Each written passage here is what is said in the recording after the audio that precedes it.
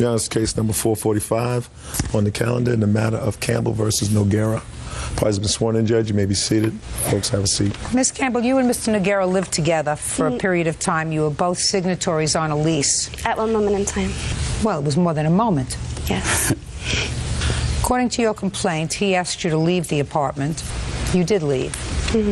And you left after you paid that month's rent.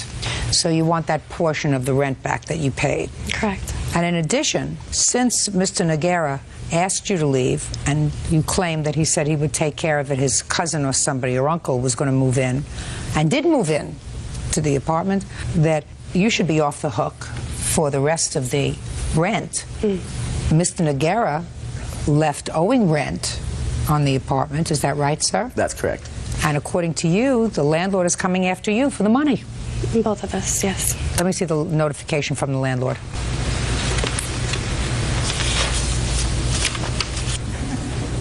Thank you. Thank you.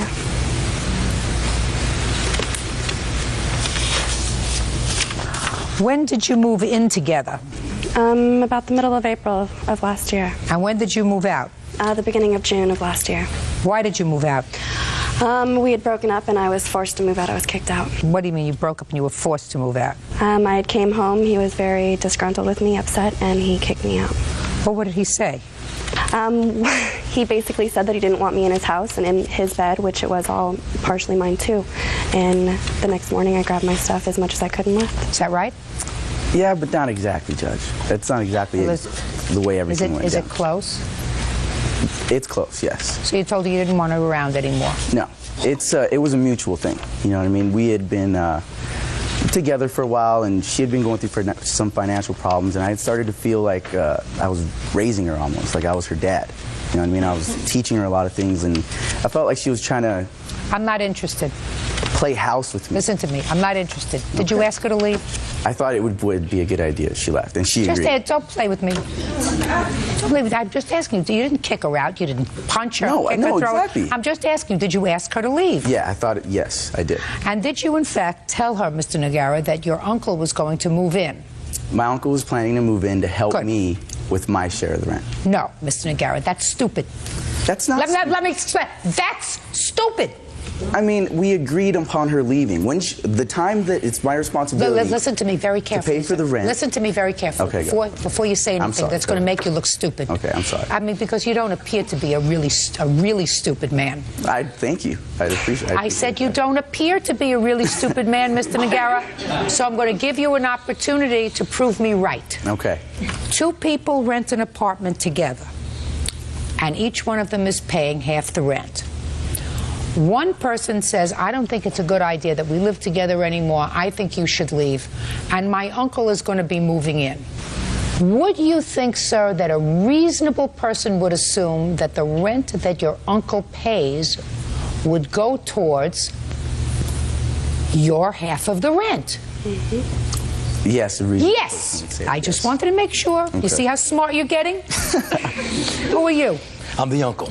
You get it, don't you? Yes, ma'am. Right? On his moving in, being that her name was still on the lease, isn't it her responsibility to still pay her rent? I asked the question. Shut quiet. Yes or no? Mr. Noguera, okay, listen to me carefully, sir. Excuse me, I'm sorry. Right. Excuse me. I ask the questions. I'm sorry. I don't answer the questions. I apologize. What I'm telling you, sir, is between the two of you and the landlord, you're still responsible.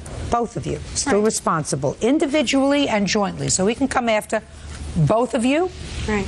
Right? But I assume that he is serious because he keeps sending you these nasty letters. Has anybody gotten served with a letter from an attorney? I do have a actually money judgment and a notice to vacate that was canceled. May I see it?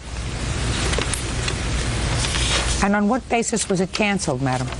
It was canceled because he moved out the day prior to it actually being served. I see. So this was a dispossess. They just wanted him out because he hadn't been paying rent. Now, why hadn't you been paying rent, Mr. Noguera? Well, after she left, the burden of the rent was so overwhelming for me I couldn't pay it anymore. You know what I mean? He had moved in to help me with the rent and help us out, but with my work, I'm in construction, so it started falling off a little bit, and I couldn't afford it anymore. So I didn't have anywhere to go, and I had to be there not paying rent. I realized that that's a big problem with my apartments and stuff, so I had to move, and I got my stuff together when I could, and I did leave at that time. You want to say anything? No, I don't. That's a real good idea. I think. And who is this? That's my wife. And when did she move in? She didn't move in. When did she come to stay? She didn't come to stay. When did she sleep there? Well, I don't know. Okay. When did she sleep there? She had never. Well, she came over and she would hang out with me, but she never moved in or brought her stuff over. Mr. Noguera, you are an amoral person who thinks that you can get along with a glib tongue and a smile. I got news for you, sir. I am not impressed. I don't find you either attractive or adorable. Judge Judy continues in a moment. Maybe you had bad upbringing. Maybe your parents didn't know how to raise you. My parents are excellent parents. Then they are disappointed in you. Because either you didn't learn the lessons or they didn't teach them to you. Which one is it? And later today, Dogs grabbed a hold of the chicken and was shaking it and chewing on it, and I screamed and yelled to get him to leave. Then I got my shoes on and grabbed the gun and went outside. real cases, real people. Judge Judy. Nina Campbell says her ex-boyfriend, Orlando Noguera, kicked her out of their shared apartment. Now she is liable for the lease. I find what you're doing here today really reprehensible. You're trying to make excuses for conduct that you can't excuse. You did the wrong thing. You stiffed the landlord for no reason other than the fact you had your uncle living with you. Between the two of you, you looked as if you went out at 8 o'clock in the morning, from 8 to 8, collected cans and turned them in. You could collect enough money. You look as if neither one of you was missed a meal in a very long time.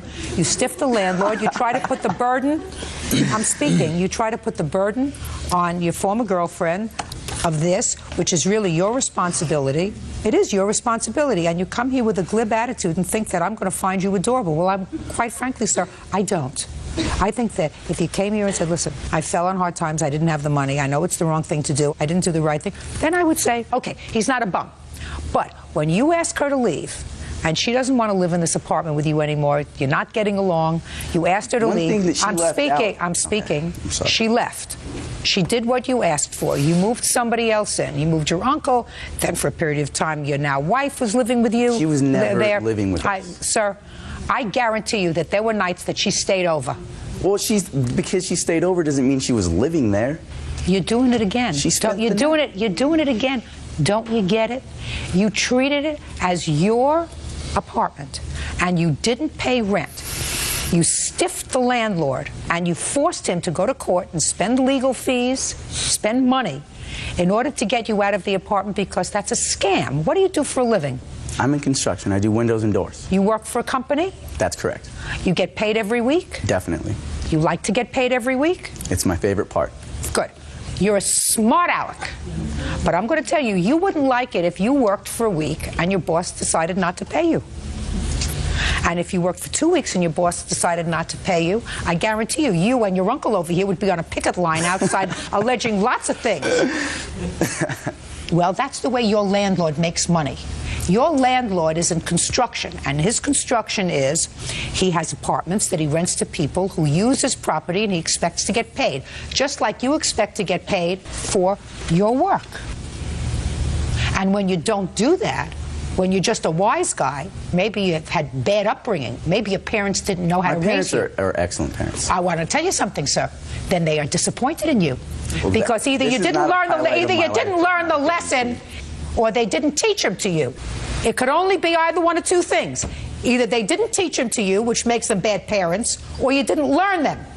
Which one is it? Could only be those two things, sir. Okay. Either you didn't learn them. It's that I didn't learn. Right. You didn't learn them. So what you have to do is you have to assume responsibility. And as soon as I see a lawsuit directed against either one of you for what is owed on this lease, I'm going to enter a judgment against you for the full amount. Do I make myself clear? Yes, ma'am. Because that's your responsibility. You can't grow up expecting somebody else to take care of you. Her, the landlord, your uncle, somebody else, your wife, whatever. You work? Yes, I do. Good. You better hold on to your job. You got my judgment? Clear. That's all. All right, excuse, you may step out. We moved into the place and it felt like she was playing house. I think it was kind of funny because I was not home a lot because I was working a full-time job and going to school. I had 14-hour days. I had no time for home. She stayed out all night till about 4 in the morning, wants to crawl into bed next to me. I'm not going to have that. No way. That was the one moment in time. It was the night that we broke up that I came home late because I just needed to get out. Very bad experience and a lesson learned. And now the next case. All parties in the matter of Davis versus Choris. Step forward, please. Homemaker Catherine Davis is suing her neighbor, airline pilot Philip Choris, for the cost of a chicken and for pain and suffering. Catherine says Philip's dogs got into her yard and attacked her pet hen. Miss Davis, I assume that you and the defendant are neighbors. Is that right? Yes. And you live in a rural community? Yes. Where is that? In Gore, Maine. How large a property do you have? About 7 acres. And you keep chickens? 4 of them. Any other animals? A rabbit and a cat. Mr. Soros, how large a property do you have, sir? A little over 1 acre, Your Honor. And you have dogs? Yes, ma'am. What kind of dogs do you have? I have a chocolate lab and a black lab. Is your property fenced? No, Your Honor. According to your complaint, Miss Davis, Mr. Soros's 2 dogs somehow found their way onto your property and attacked one of your hens, leaving it practically dead. Practically. Very injured. And as a result of that, your father shot the hen to put it out of its misery, and you want Mr. Soros to compensate you not only for the hen, but also for the trauma because your daughter witnessed this attack on the hen. And Mr. Soros has 2 defenses. One, that his dogs didn't kill your hen, your father did. And the second is, there was an accident because his dogs just got out when he opened the garage door. You have any other defenses that you want me to hear, Mr. Soros? Yes, Your Honor. I question the nature of the attack, being that within 45 seconds to a minute following Miss Davis's screams, I was in her yard, and I witnessed the chicken entirely intact, unbloodied, making what I would consider normal chicken noises. Okay. Didn't take just 1 shot, Here we but go. 2 shots to kill it, Your Honor. Okay. So, Miss Davis, when did this happen? Wednesday, October 20th, 2004. Ever had any difficulty with each other before? No, but his dogs have been in my yard before. Did you ever discuss that with him? No, I didn't know where they belonged. So when you saw his dogs in the yard, what did you do? Usually I just shoot them away. But this time they didn't want to leave. Okay, tell me what you observed. We were standing in a window looking out the window at some deer, and all of a sudden 2 dogs come running in the yard, so I ran outside to scare them away. The dogs grabbed a hold of the chicken and was shaking it and chewing on it, and I screamed and yelled to get them to leave. Next thing I know, Mr. Soros is standing in the bushes wanting to know what was going on, and I asked him if those were his dogs several times, and he wouldn't admit that they were. Can I see a photograph, please? There's also one of my live ones. They look a little different. Your Honor, I'd like to please note that the photograph is on the back deck, and that when I saw the chicken, it was alive and well, sitting atop an egg at the back of the yard. No, actually the egg was on the side of it. The chicken was sitting on an egg. Just a second, don't argue with him. He's going to have a chance. He doesn't know that yet, but he's going to have a chance. Well, I'd like to hear from your father. Okay. Your last name is? Trainer. Mr. Triner, tell me what you observed on the 20th of October. We were looking out the bedroom window watching a couple of deer that were in the backyard, and I noticed the dogs, and I told Kathy the dogs were out there. She got her shoes on and left to go outside, and I got my shoes on and grabbed the gun and went outside. And when we got out there, the dogs had pretty well tore the chicken up. What do you mean by that? Well, the chicken's neck was broke. The egg which the chicken had laid that day was out on the ground. And the chicken was suffering, so I shot it. Thank you. Yes, ma'am. I'm going to let you stay seated, okay? You think your grandpa and your mom told the story enough? Yeah. Good. Okay, now I'll hear you. How did your dogs get out?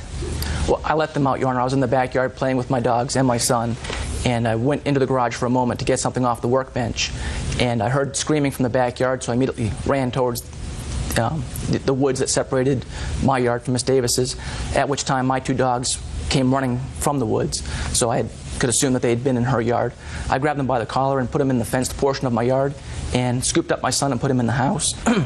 Then I immediately ran into Miss Davis's yard, and she was standing next to a chicken, and she was visibly upset and screaming.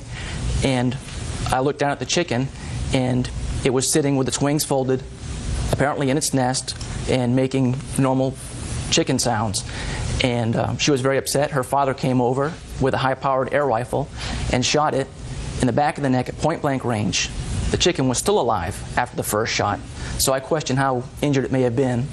Secondly, he cocked the rifle again, shot it a second time. Why do you think he did that? Do you think that he's some sort of sadist, sir? I don't think he's trained in veterinary medicine, and the decision to put an animal down is not one that anybody can make. How much do your dogs weigh, sir? Each about 75 pounds. And how much did the hen weigh, do you think? 2 or 3 pounds. And you think that if they just picked it up in their mouth and say that they weren't looking to hurt the hen, they were just looking to play with it? Well, if sending it back and forth. If they did that, Your Honor, they're very courteous dogs because they set it right back down on the egg. You are responsible. And what you have to say is, I assume that responsibility. Because this gentleman did not shoot this hen out of sport. He may have been mistaken when he believed that the hen was so seriously injured that it could not have recovered. And maybe he was wrong when he said that the hen's neck was broken. That's still your fault. Your Honor. That's still, listen to me, that's still your fault.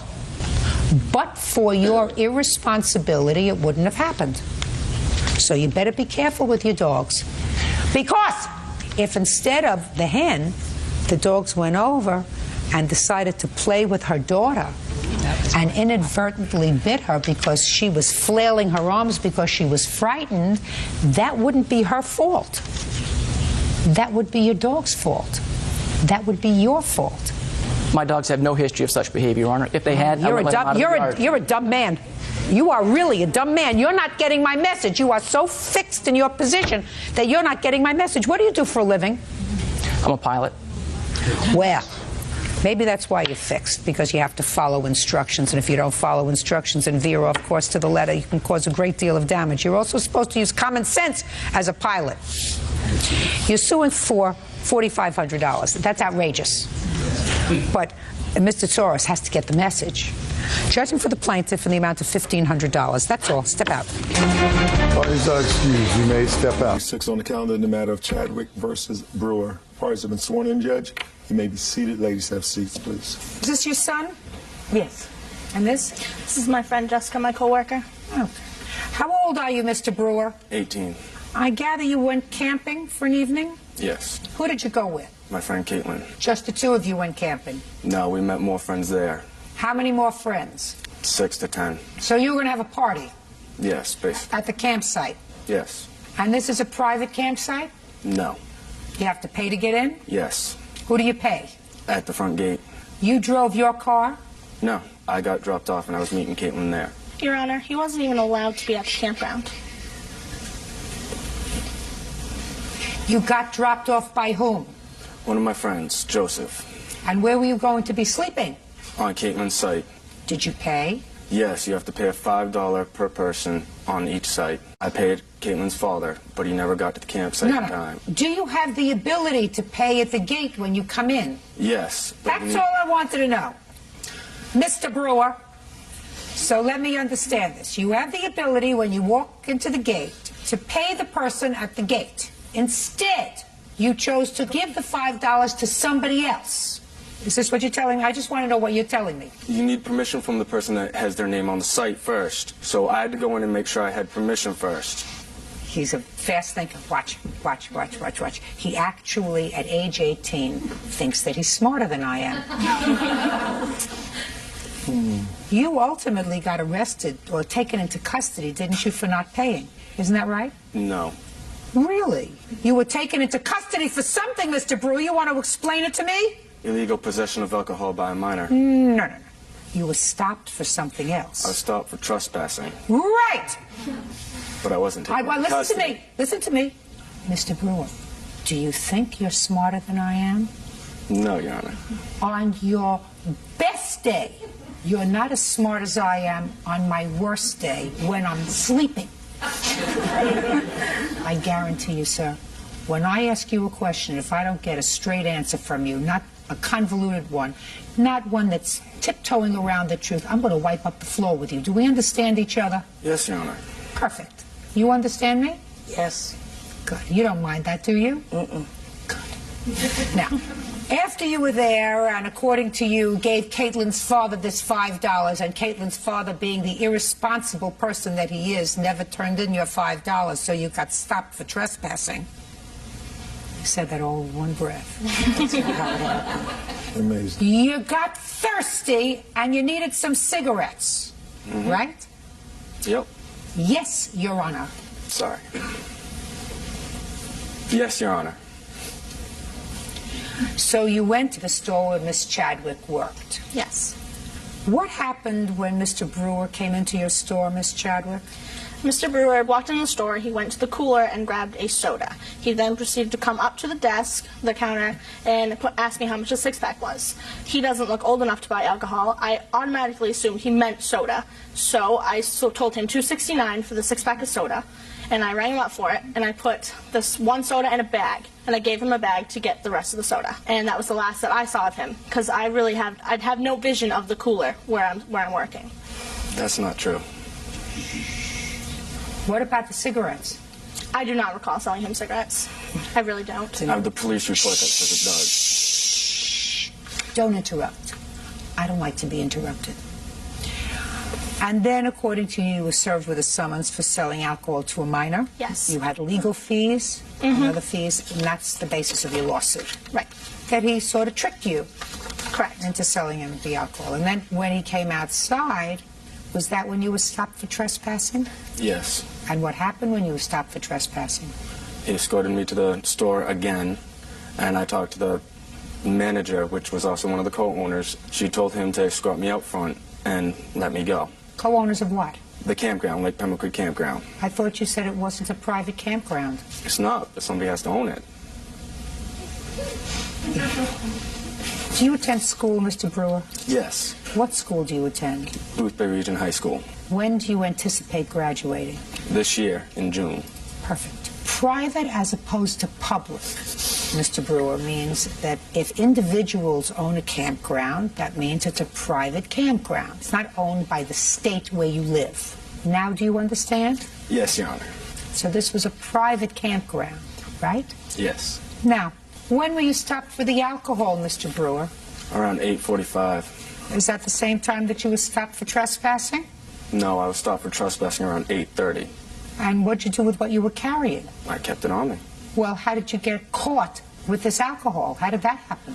When the police arrived, they asked to search my backpack. When did the police arrive? When I was walking out, I met the other co-owner of the campground. He told the security guard to call the police, give me a warning, and send me away. Call the police for trespassing? Yes. Didn't you say to them, go to Caitlin's father, I gave him my $5? Didn't you say that to them? Yes, I did.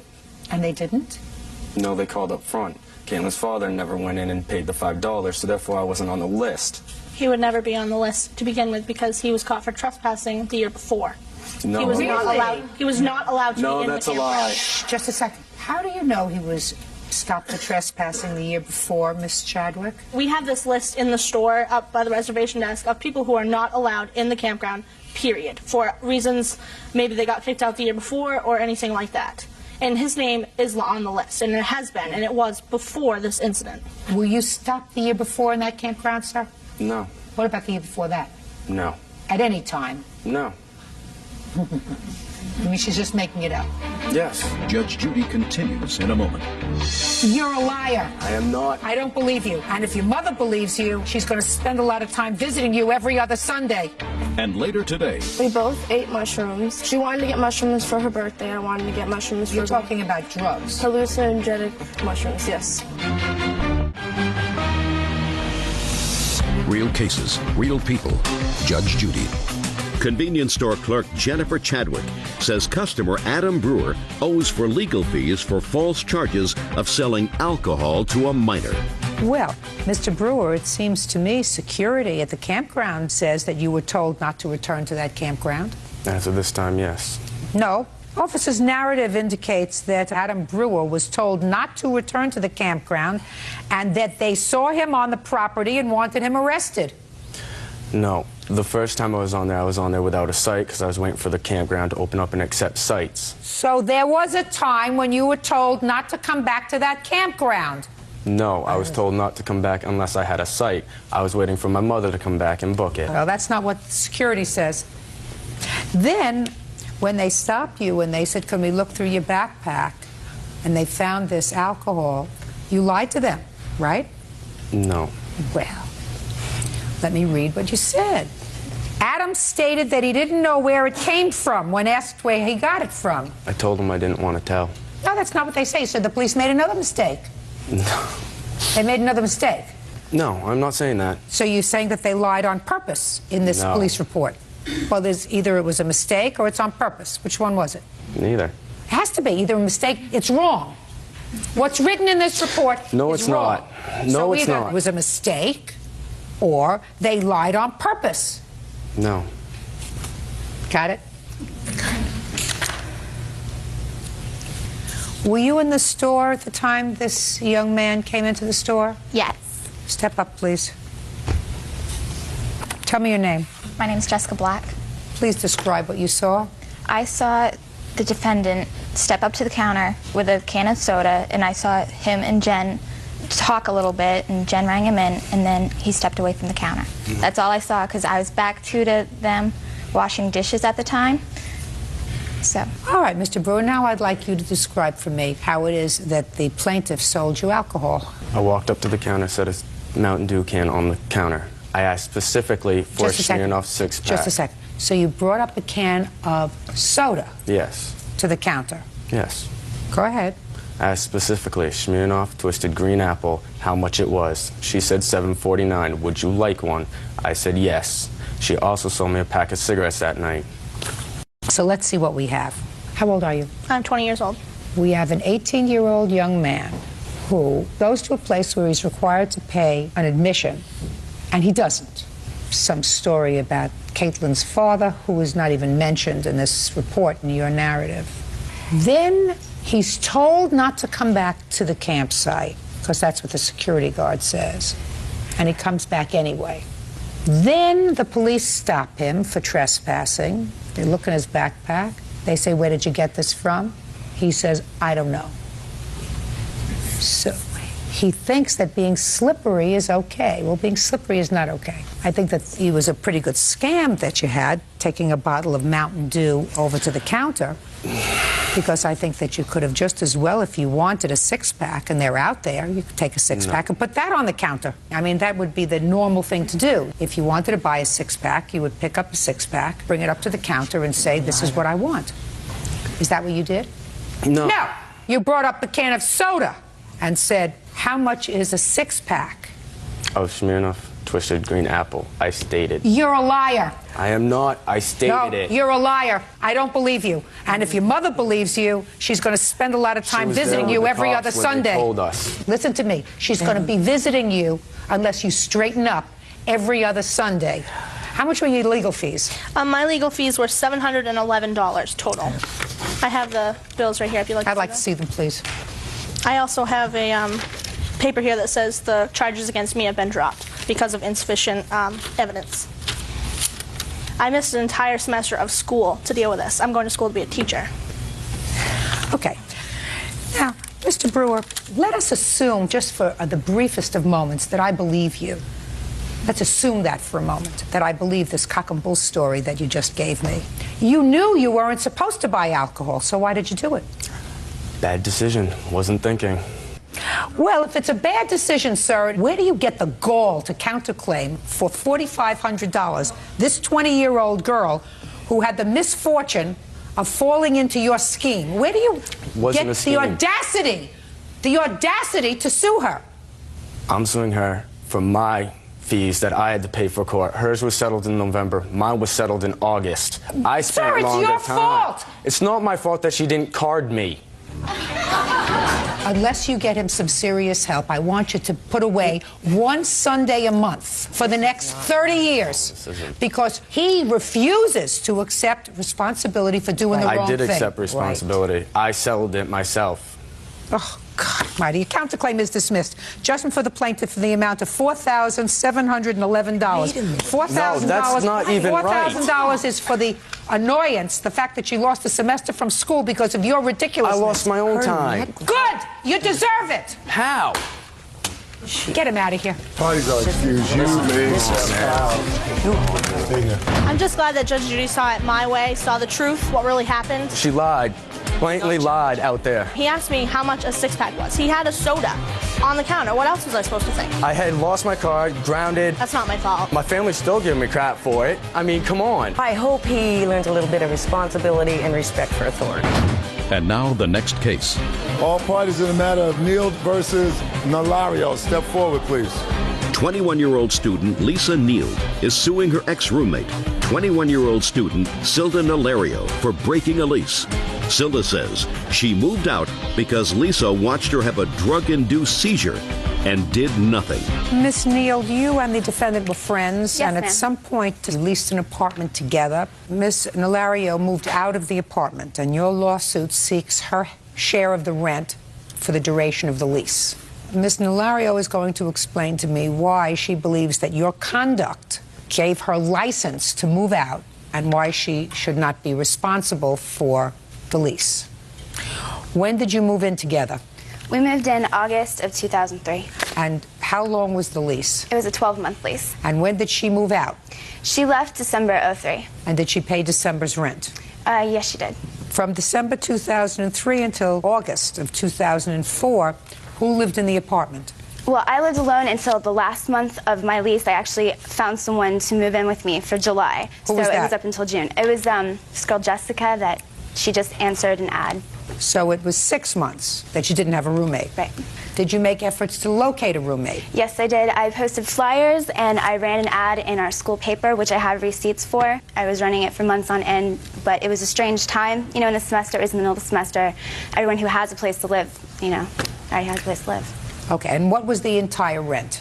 The entire rent was $700 a month. All right, Mr. Lario, now you're going to explain to me why you should not be responsible for the lease.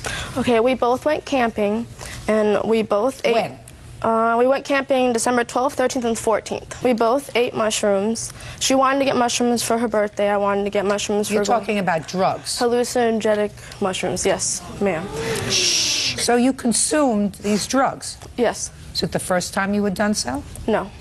Go ahead, and then? I came home and I was not eating or sleeping, and my boyfriend at the time was helping take care of me. When he went to work, she would watch me. And I had a seizure, and she did not call the police or call my mother. In fact, she told my boyfriend at the time that she would not tell my mother about the seizure if he would not tell. And I have on many occasions when she's been drunk, I have taken care of her and made sure that men did not take advantage of her. And I have made sure that she did not choke on her puke and whatever else. And I just felt that she was not my friend. And okay, so my mother came up and took me to the hospital. Anything you want to say? Yes, Your Honor. I'm here to listen to you. My daughter had a psychotic episode. Absolutely right. Yes. You know why she had a psychotic episode? Yes, because she consumed mushrooms. Right. She made a mistake. Right. She realizes that. So, what does that have to do with this rent? She was not able to function for like 6 or 7 months after this happened. Whose fault is that? It's her fault. She That realized. It's her fault. Yes, that's correct. It's her fault. It's not her fault. Correct.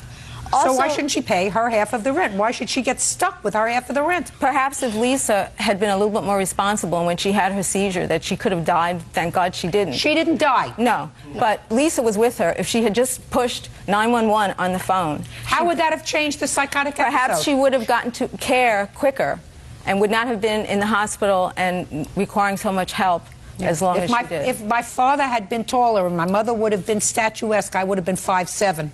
Your daughter voluntarily went to a place, purchased drugs, not for the first time, took the drugs, and had a bad reaction. And I hear a lot of blaming of other people, But I don't hear her saying it's my responsibility that I got sick because I shouldn't have taken the drugs. That's correct, Your Honor. But when I found out that she couldn't go back to school, I went up there and I emptied out her room so that Lisa could get a roommate. Well, it was her responsibility to find her a roommate, not hers. She was not competent. She's your daughter. It's not her responsibility. She's tried to get a roommate. She can't just say I'm absolving myself of liability because she didn't take care of me the way I think a friend should. Correct. This is a business arrangement. Business. Judgment for the plaintiff in the amount of $2,100. That's all. Parties are excused. You may please all rise. Now, this is case number 428 on the calendar in the matter of Fouch versus Smith. Parties have been sworn in, Judge. You may be seated. Ladies, have a seat, please. Miss Fouch, this young man is your son. How old are you? 24. According to what I read in your complaint, he was a little bit of trouble growing up, but then according to you, seemed to, in the last couple of years, straightened up. Right. He got a job. He was living on his own, taking care of his own bills. When he came to you and asked if he could borrow some money for a car, you decided that since he seemed to be doing the right thing, you would lend him the money. Right. When did he call you and ask you if you could lend him some money? 12th of October is when I took out the loan. He called, asked if I would help him. What did he say? Mom, my girlfriend's dad came and got the truck I had. I don't have a vehicle to get to work. Would you please help me get a car? For the first time, I said yes, even when my husband said no. Mom, would you help me get a car? So what did you do? I told him I would call the bank, get a loan. I went down, picked him up, took him down to the car lot, wrote a check for $2,000. And? He took the car, title went in his name, and now he doesn't want to pay the payments. And Well, I've been making them. Talk to me about the payments. So far, I haven't heard anything about him agreeing for the payments. I told him I would borrow him $2,000. You pay me back at $250 a month for 8 months, and it would be paid. And what did he say? I will. He agreed to pay the money Where was back. he working at the time? He works putting in fireplaces. You work for a company? Yes. You get paid by the week? Yes. What do you get paid? Approximately $400 a week. Is that what you take home? Yes. So it wouldn't have been any trouble to pay back the $250 a month? It wouldn't have been any trouble if that was the case. Okay. Is this your girlfriend? Yes. Her father had allowed you to use one of his vehicles? He co-signed for a loan on a pickup, and we split up. He took the pickup. Who split up? You? Me and Kara. Whose name was the truck in? Mine and her dad's. He was first signer on the title, so he had the right to take it from me whenever he wanted. Well, had you been making the payments on it? Yes. All the payments? Yes. Even after you broke up? No. Once he took the truck from me, I quit making payments. But before that, you were making the payments? Yes. Are you back together again with the girlfriend? Yes. What about the truck? I still don't have it. Do you talk to the father? No. Do you talk to your father? Yes. Why did he take the truck back? There was the full... Tell me your name. Kara Nelson. Why did your father take the truck back? There was a lien on the truck, so there was supposed to be full coverage insurance on it, and it got dropped to liability. Who dropped it? I did. Why? I didn't figure I needed it. Well, if there's a lien on it, then you have to have it. I didn't know. I'd never had a vehicle in my name before that had a lien on it. Well, did somebody discuss it with you after you said you dropped it? No. He just came and took it after I dropped it. No one said nothing. Mm-hmm. And how long had you had the truck? Approximately 5-6 months. And what prompted you, after 6 months, to drop the expensive part of the coverage? Because it was expensive. It was a little more than I could afford. And you didn't discuss that with anybody? No. Don't you think you should have? Yes. So that was a mistake? Yes. So now you understand why he took the truck back, because Yes. you did something that was irresponsible. Yes. Now, you called your mother, and what did you say to her? I explained to her that my truck had been taken, and she volunteered to help me buy a car. Well, what did she say to you? I'll give you $2,000. That's all I can afford. I didn't say I... And I went. I found a car for $2,600. I paid $600. She paid a check for $2,000, and I got my car. Okay. Now, when for the first time did your mother call you and ask you to make a payment? I never got a phone call from her afterwards. Next thing I knew, I had court papers delivered to my house. Well, this was in October that she gave you the money. Yes. And when did you have the court papers delivered? It was approximately a month later. In November? Yeah. And what did you do when you got the papers? You called her and said, what's this all about, Mom? No, it's... My parents have never been there, so I figured this... After she gave you the money, October 12th, and you went down and got the car, did you call her the next day, the next week, 2 weeks later? No. Why I haven't not? talked to her. We just don't talk. We haven't talked since... Well, it was easy for you to call her up, Mr. Schmidt, and ask her for money. Yes. I just figured that was the least she could do for me. According to your complaint, you have a witness. Yes, I do. My daughter, Tricia. With whom your son had a conversation. You're Tricia? Yes. I'd like to hear what you have to say. He told my mom that, or he told me. I don't want to hear what he told your mom. Only what he told told me you. that he wasn't going to pay her because she's never done anything for her, and that when he Let's go back a second. After your mother gave him the money, and I assume after he got served with the papers for court, you had a conversation with him. Yes. Did you keep in regular touch with your brother? Yeah, I always talked to my brother. Well, what did he say to you when he got the papers? He said, Mom served me, Mom's suing me. And you said to him? She has the right to. And he said to you? If she takes me to court, I'm going to tell her that it was a gift and they can't take a gift away. Did he say why he was going to do it? Because she never done anything for him. And what did you say to him when he said to you, she never did anything for me? I said, that's your own business. Is that the whole conversation? For that one, yeah. After that conversation, did you have other conversations with your brother? Yes, I have. So you're on good terms with him? Yes. You like him? Yeah. He's family. You call him, he calls you? Yes. He just doesn't call your mother? No. He's angry with her? Yes. He's always been angry with her. Do you know why? Because she sent him away. You know why she sent him away? Because he always got into trouble with the police. Do you speak to your mother? Yes. So you were on good terms with your mother and your brother? Yes. Good for you. Good for you. Thank you. Judge Judy continues in a moment. I want you to go like this to yourself. Pinch it hard. Are you alive? Yeah. That she gave you. And later today, I stuck my hand in the bag and I was poked by a needle. The next day, I had red lines going up to my armpit. My mom came over. She said, you have to go to the hospital. She said, it looks like you have a blood infection. real cases, real people. Judge Judy. Donna Fouch says her son, Michael Schmidt, owes for a loan to buy a car. Donna claims Michael has a troubled past. Think of any reason why your sister would make up a story like that? No. I talked to my sister that one time after I got served with court papers. And you said something like, that's the least she could do for me. She never done anything for me before. I did say that, but there was no agreement between me and my mom to pay the money back. What does your mother do for a living? She works at Winnebago. What do you do there? I lay basement carpet. How much do you earn a week? I come home with $326. A week? A week. Just you and your husband are at home? Yes. Just you and your girlfriend, I assume? No. Who else? It's me and my roommate. You have a roommate? We don't live together. Oh, great. So you have a roommate who Yes. pays half the rent? Yes. Well, it sounds to me like you're in much better shape financially than your mother. No. My dad makes a lot of money, too, who also helps pay with her bills. But she lives with your father, or is this your stepfather? Stepfather. He's not responsible for you, No. right? Right. Okay. This is what I don't understand, sir. You would have me believe that without trying to contact you at all, your mother gave you this $2,000 and then went to court and sued you.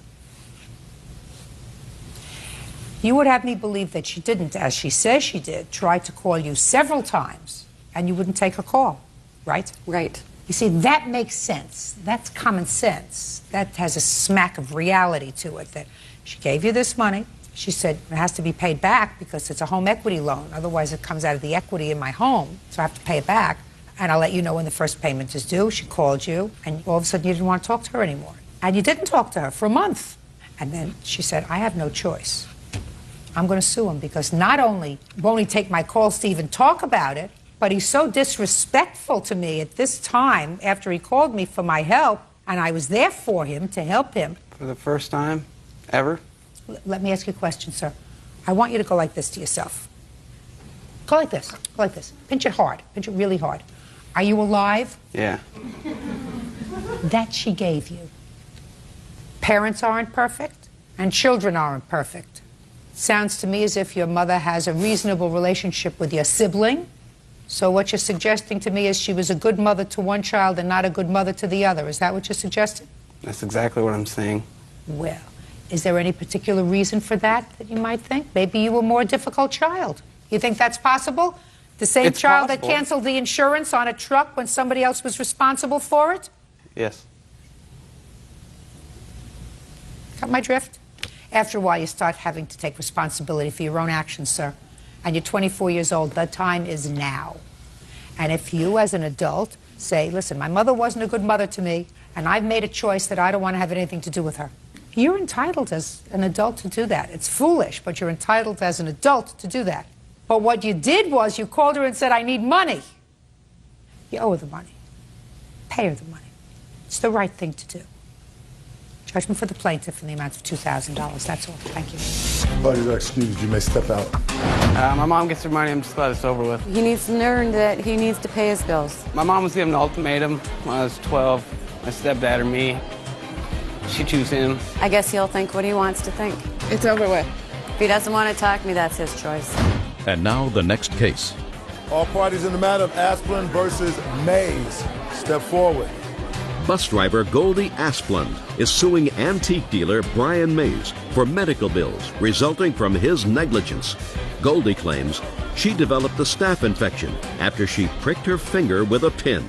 Miss Asplund, it is your claim that the defendant sold you something, and as a result of him selling you something, which you will describe to me, you stuck your finger and got an infection. You want him to pay you $5,000 for your medical bills and all your pain and suffering, etc. Yes. Mr. Mays thinks that you're just a scam artist. That's right. Pretty much. Pretty much. Reading between the lines. So what did you buy from Mr. Mays? Where did you buy it? When did you buy it? And what happened to you? February 28th, 2004. Excuse me. I went to the Danish American Center with my mom in South Minneapolis. There was an antique sale going on. We entered the hall where the sale was. There were all kinds of tables set up with all kinds of odds and ends. There was a big round table of loose jewelry. Some was bagged, and I found a bag of jewelry beads. Of jewelry beads? How did you know that they were beads? It said broken pieces on it. The bag said broken pieces? Broken pieces on tape, yes. Was this in a clear bag? Was it in a clear bag? It was in a clear bag. What were you going to do with broken pieces of jewelry? Arts and crafts. I have 3 kids, and we do little hobbies. So you could see what was inside? For the most part. Okay, so go ahead. I get home, I sat down at my coffee table with my children, and I stuck my hand in the bag, and I was poked by a needle. I got up, and I went upstairs, and I washed my hand. My thumb was bleeding a little bit. And I went downstairs, and I grabbed this big crystal ashtray that I have. I took the bag, and I emptied it out. And there were 5 loose needles in there, in this bag of beads where there should not have been needles. As the day progressed, I'd thrown them out too. I didn't want my kids messing with them, so I threw it out. As the day progressed, that night I had a blood blister where I was poked by the jewelry, or by the needle. And the next day I woke up with flu-like symptoms, sweating. I felt like nauseous, like I was going to throw up. And I had red lines going up to my armpit. I wasn't going to go to the hospital because I don't have medical. My mom came over. She said, you have to go to the hospital. My thumb was totally swollen up and the red lines. She said, it looks like you have a blood infection. I went to the hospital. They took me straight back into the emergency room, started an IV. And when they got the IV going after a couple hours, they brought me up to the hospital, gave me a hospital bed. Okay, so you stayed in the hospital for a day and a half according to your complaint. Is that right? Real cases, real people. Judge Judy. Goldie Asplund says antique dealer Brian Mays owes for her medical bills resulting from his negligence. Brian says Goldie is trying to scam money. Now, tell me what happened. Good afternoon, Your Honor. I have been in the antique business for 35 years. I have a very reputable name in the antique business. On February 27th, 28th, 29th of 2004, I conducted a sale at the Danish Center, and I had several tables in the center of the room. There were several bags, maybe a half a dozen bags, with possibly maybe 6, 8 earrings. I got it. And other things. But everything else was single items in bags. I had no broken jewelry there. She had called me up on March 15th, and she called me up and said, did you have the sale? And I said, I did. She said, do you have insurance? And I said, why do you ask? And she said that she had come to my sale, and she was going through the loose jewelry on the card table, poked her finger with a brooch, gone home, got blood infection, ended up at the hospital, almost died, and the doctor said that I should have to pay her $4,000 medical bills. Okay, so she told you that she was going through the loose jewelry on the table tables, and which have a poked her finger. photograph. Right. Okay. And then I said, no, I don't. She said, okay, goodbye. And in October, I received papers from Hennepin County Court, and she had changed her story. And come to find out, after I had talked with her on March 15th, I called up my cashier and I said, do you believe that this woman is doing this to me? And she said, well, you know what? I worked a sale for another fellow, his name is Steve, and she tried doing the same thing for him. She tried suing him, and after she couldn't sue him, she came after me. Step up. What is your name, sir? Steve O'Hearn. Did you try to sue Mr. O'Hearn? Can I The answer is explain either that? yes or no. No. Tell me what you know, Mr. O'Hearn. She called me approximately March 12th, stated she had been to my sale and bought a bag of jewelry, went home, stuck her hand in the bag of jewelry. There was a brooch in there. Okay. And Not a needle. Not a needle. Okay. I didn't hear a needle till today, Your Honor. Go ahead. She told me she pricked her finger, got blood poisoning, and wanted me to pay the bill. I said, you're probably going to run me into financial ruin. I said, first thing you need to do is get your receipts so I can see what estate it exactly was from. She called me back about a half hour later, stated to me that she had her receipt, and told me if I'm going to go bankrupt or financial ruins, that she would, there's no sense in her suing. So how did you get to Mr. Mays? Through the Danish American Center's log that they had. Whoever rented the hall, they had a log of the name and number. The guy that took down the information, I gave him February 28th, and he was looking at a date before that.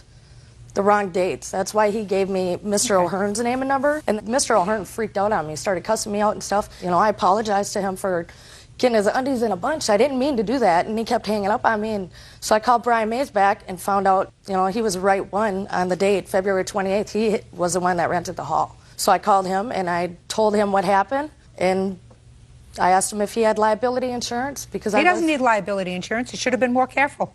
There shouldn't have been needles in a jewelry bag. I don't believe there were any needles in there. I don't believe there were needles in there.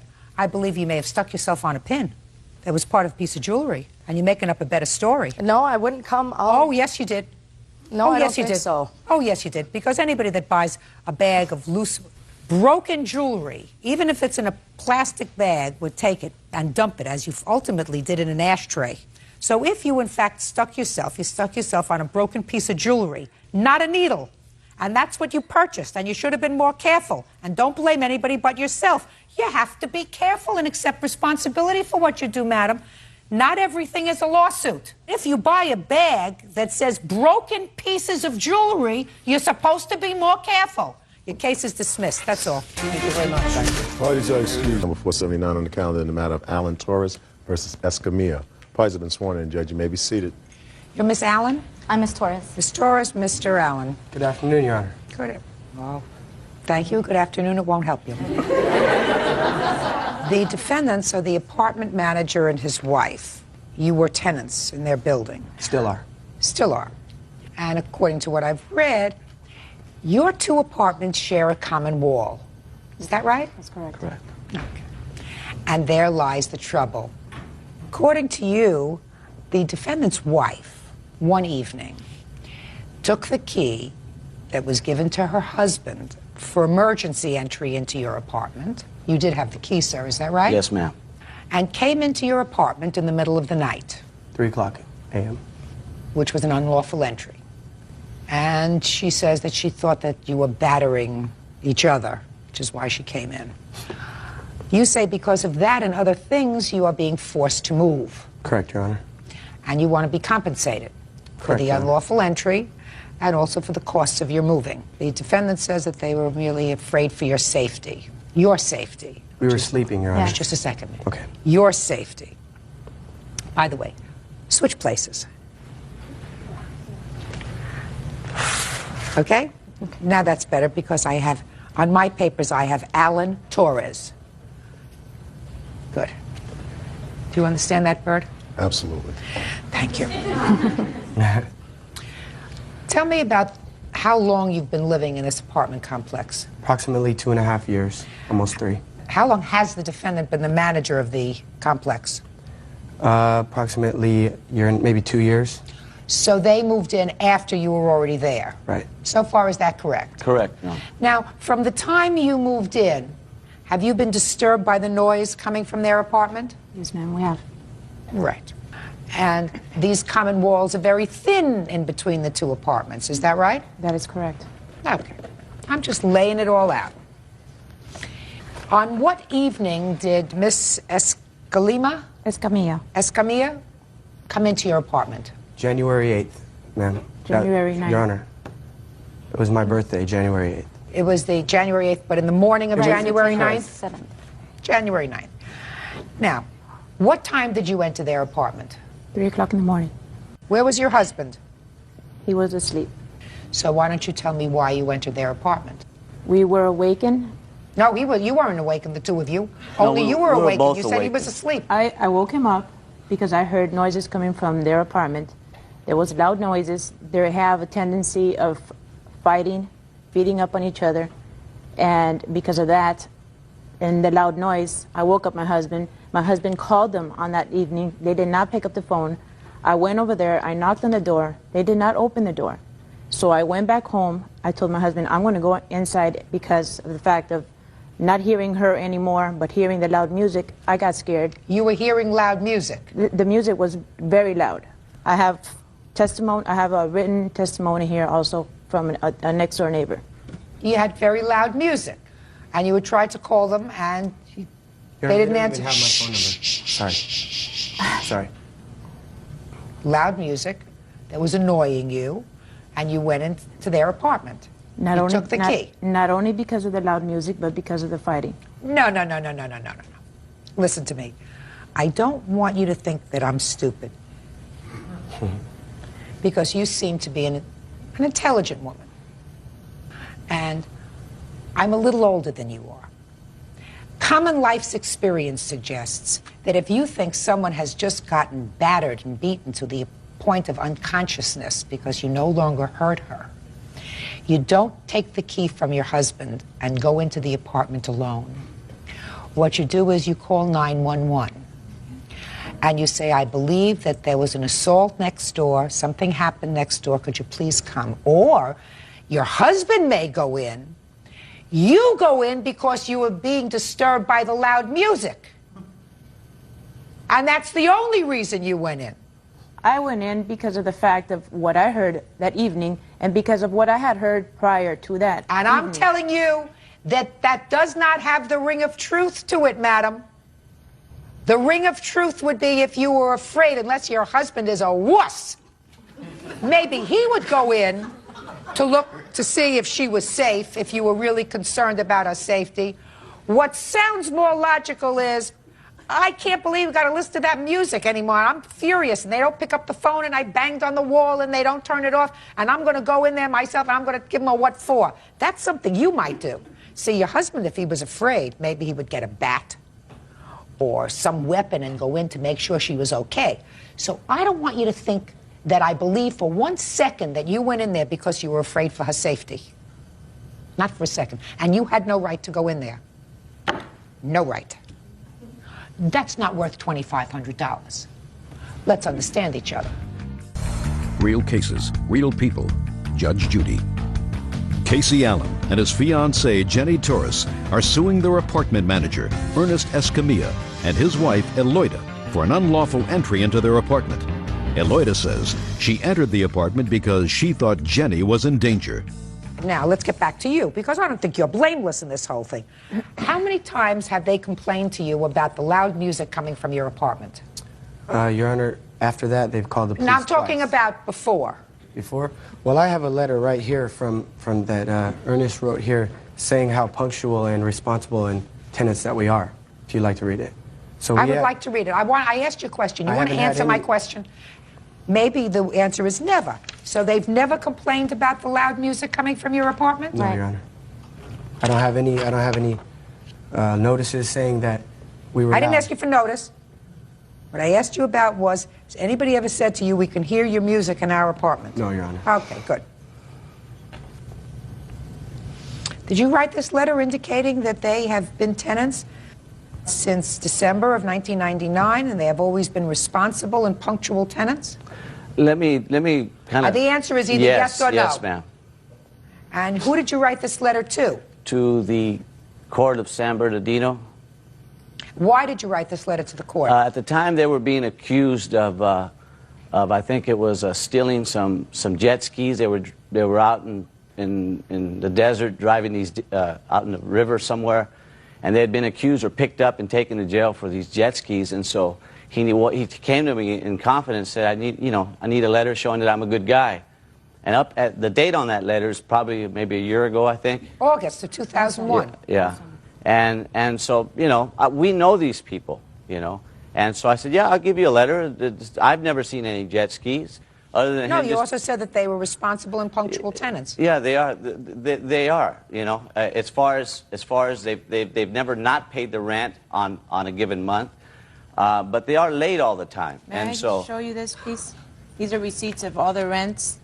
Your husband's, listen, you're not the manager. Your husband's the manager. Is that right? Are you employed or is he? I'm sorry? Are you employed as the manager or is he? No, he is. Then put the paper down. Your husband just said that they paid their rent. They paid their rent on time. Is that right, sir? Don't go back because your wife is going to, because she's a little taller than you are. I wouldn't go back. Do you understand? No, I'm not going to beat you up when you get home, sir. Okay, basically... Just tell the truth. I'm And we'll be telling just the truth. fine. They were responsible tenants as far as paying their rent. Maybe. Up at that time, yes, at that time, okay? Okay. And then I started to get a lot of late rents after that. And so I've had... How late?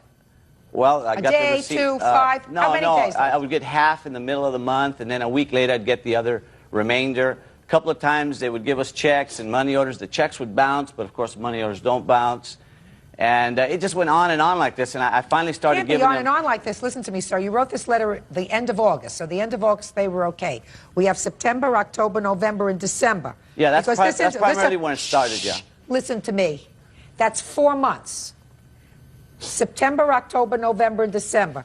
And the incident happened in January. So we're talking about in 4 months. So in 4 months, you told me they started to pay their rent late. Sometimes they paid with a bounced check.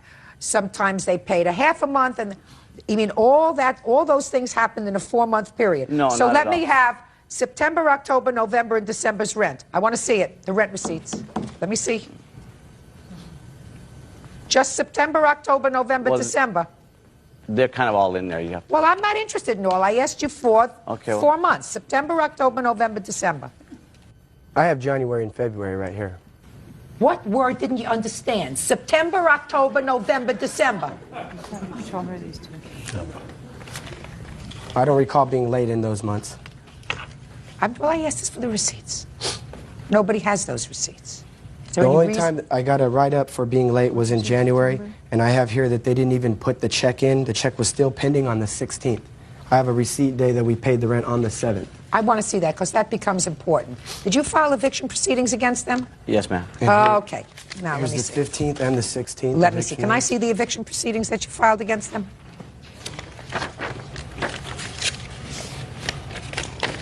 Got a 3-day notice on the 15th. This is it. And the check wasn't pending till the 16th. Just a minute. This is just half the rent, sir.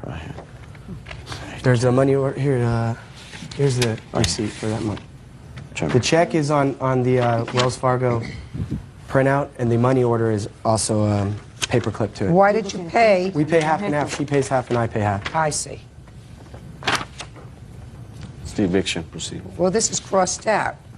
Yeah, he tried to put that we paid on the 16th, and I made him cross it out and initial that we paid on the 7th.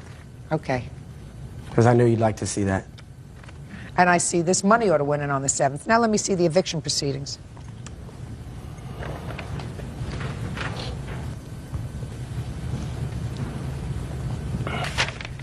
How many units are in your building? 22, ma'am. 22. Mm-hmm. Put your paper down. Put your paper down. I want you to listen to me very, very carefully, sir. You know all the tenants in the 22 units? Yes, ma'am.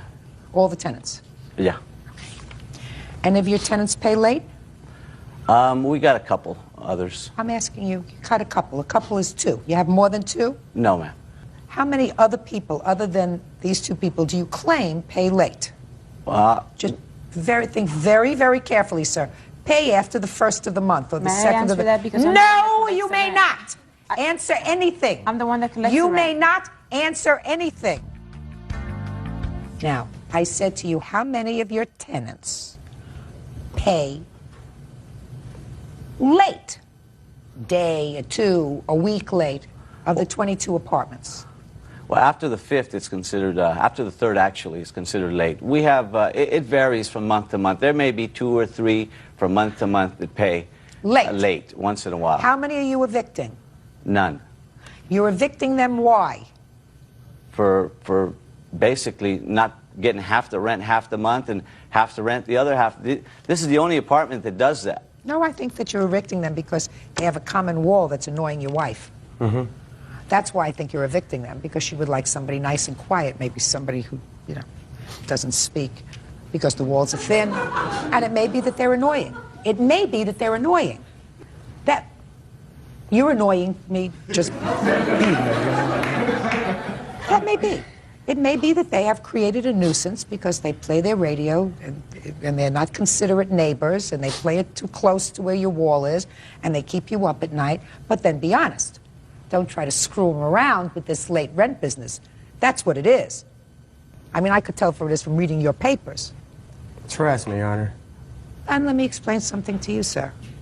You don't get your rent in on the 1st of the month. Now, technically, they have every right, if they want to say to you, your rent isn't on time, you have to move.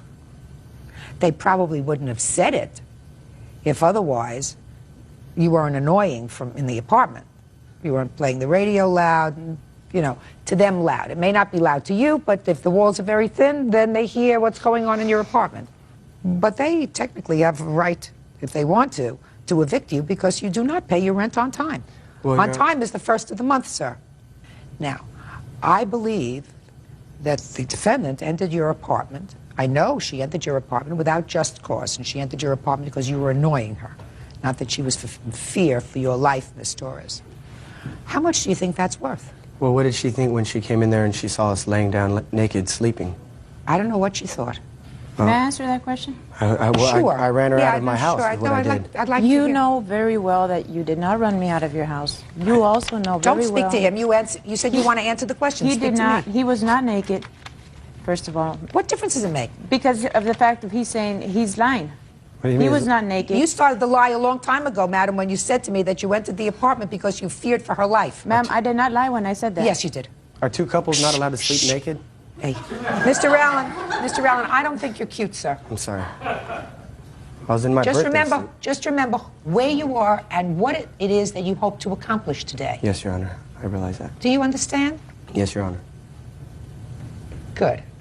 I told you when we started this, when you gave me the good afternoon, Your Honor, I said it's very, very nice. It's not going to help you.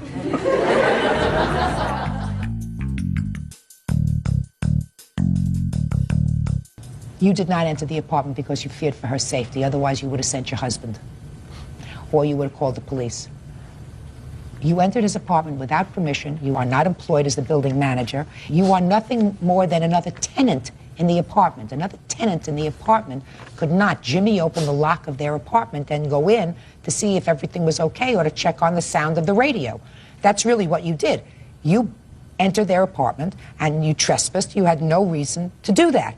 And all I'm asking you is, what do you think that's worth? I think it's worth if they... we're living there right now. We're not evicted. The owner of the apartment came to me on his own grounds and told me, do you want to stay in the apartment? Don't tell me what the owner said to you. That's hearsay. I asked you a question. What was it worth? What do you believe it's worth? Her entering your apartment in the middle of the night without your permission. All I want is first and last month's rent so we can move out of there so we don't have to be harassed anymore. You're not... Well, listen.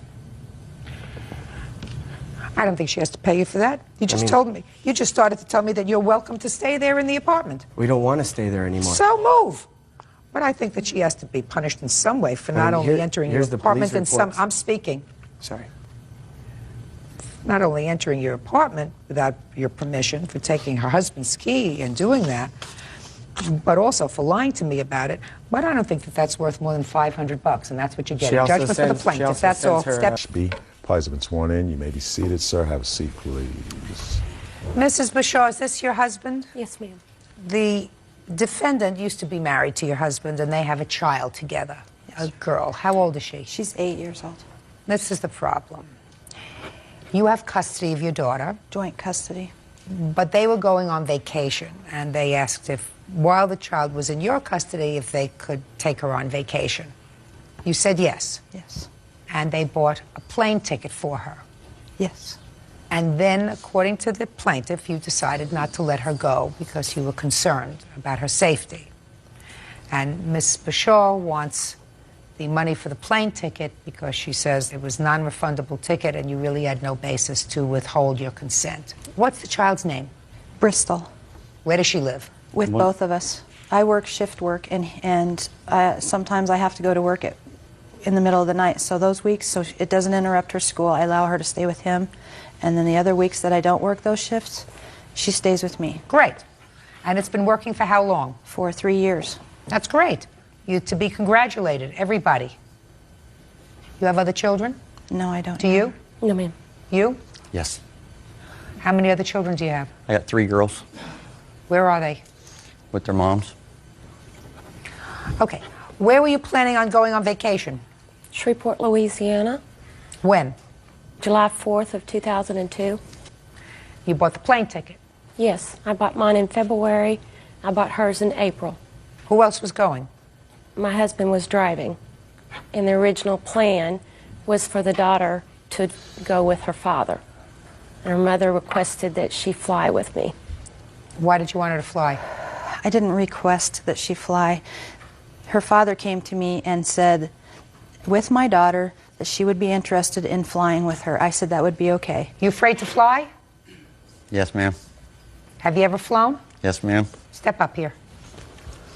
You have flown, but you don't like to fly. Yes, ma'am. What changed your mind?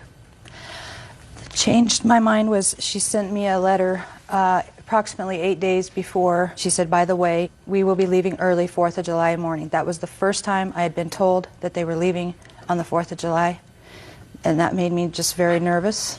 And that's when because of the air travel. Exactly. On And July 4th. prior to that, my daughter has, to this day, is afraid to fly. When did you think that they were leaving? I had just assumed that they were flying out like on a Sunday and coming back on the following Sunday. Did you tell her that immediately? Yes, I did. What did you say? I called her and told her on the phone that I was not gonna, I didn't feel comfortable with my daughter flying on the 4th of July with all the terrorist threats. It was on the news, and she's my only child. I just didn't want her to fly on that day. So? Out of respect to the mother, I granted her wishes, but she also told me on the same phone call that she would pay me back whatever it cost. Did you tell her that? I probably said whatever. I said, it doesn't matter to me. I can't even remember exactly what all was said because I was so upset about it. Did you want your daughter to fly on July 4th? Yeah.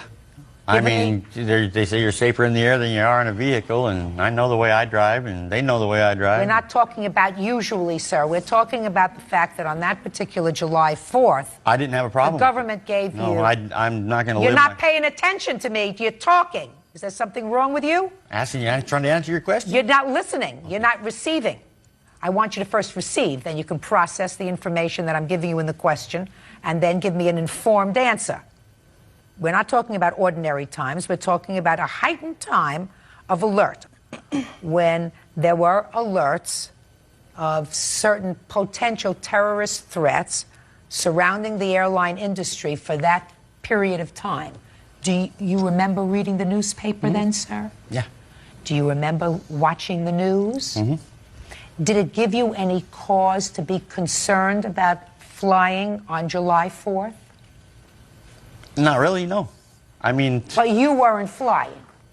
Well, I was... my daughter... But you weren't concerned flying. for my daughter. I mean, I'm always concerned for my daughter. But no, I wasn't flying. I don't fly, whether it's on July 4th or whenever. Well, you have flown, according to you. That's what made up my mind not to fly no more. Well, Why, did you crash? No, it just scared the hell out of me. Heck out of me, excuse me. What were you afraid would happen? Crash. Do you think that if the government told you that it was more likely that something bad would happen on a particular day, you might even be more frightened? Personally, yes, probably. Good. And you think that if... I'm not one to try to put a bunch of fear into my daughter's head and stuff and scare her to death about something that's going to stick with her forever. Oh. You know? You have no children? No, ma'am. You have one child? Yes, ma'am. He has 3. Somebody's not watching out for us. Judge Judy continues in a moment. I attribute half of this ticket to him. I already agreed to that. Oh, perfect. You see? You're getting smarter by the minute. And later today, Gave your daughter an eviction notice. Your daughter and her 2 children. That's because I didn't want David to move back in. I don't like him. Her daughters don't like him. I don't like his police record. real cases, real people. Judge Judy. Karen Bashaw says her husband's ex-wife, Tracy Ashby, owes for the cost of her daughter's plane ticket. Tracy says the ticket was for the 4th of July, and she didn't think it was safe. Well, I'm going to tell you this. Even though Mr. Bashaw doesn't seem to get it, he should. I can't help it, you know. I'm not responsible for what went in to make him what he is as a parent, as a person. But it would seem to me that if your wife purchased the ticket, before I would let my wife sue my ex-wife in a situation, sir, where everybody seems to be getting along for the benefit of this child, I would say to my wife, I don't want you to be out any money. Honey, I'll give the cost of the ticket to you because it's true, I can understand why she might be stressed to let the baby fly on July 4th. She's afraid, just like I'm afraid. So I'll give you the money for the ticket. That's what a normal person might do under the circumstances. So the ticket was $235, is that right? That's the remainder, you're not... What do you mean the remainder? Tracy gave me $60 in my home, and my husband... Just a second, what was the full amount of the ticket? $330. $330. And 50 cents. $330 divided by 2 equals $165. And she's already given you... 60. 60. And then she said she paid $70 for baseball tickets of the little girl's baseball team. The pictures. And she wanted half of $70. So I told her I would deduct $35 from the ticket, and the remainder was $235.50. Not my remainder. Let me tell you how I figure it. I figure it that both parents should pay equally. So I attribute half of this ticket to him. I already agreed to that. Oh, perfect. You see? You're getting smarter by the minute. So half of that is $165. She already gave you 60, leaving a balance of 105. You got the pictures, the baseball team pictures, or you agreed that between the two of you that they would pay for half and you would pay for half. That's 35. That leaves $70. So that's what you owe her. Okay. For the ticket.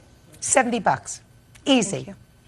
Sounds to me as if you've worked out a lovely working arrangement. If you can continue to do it, terrific.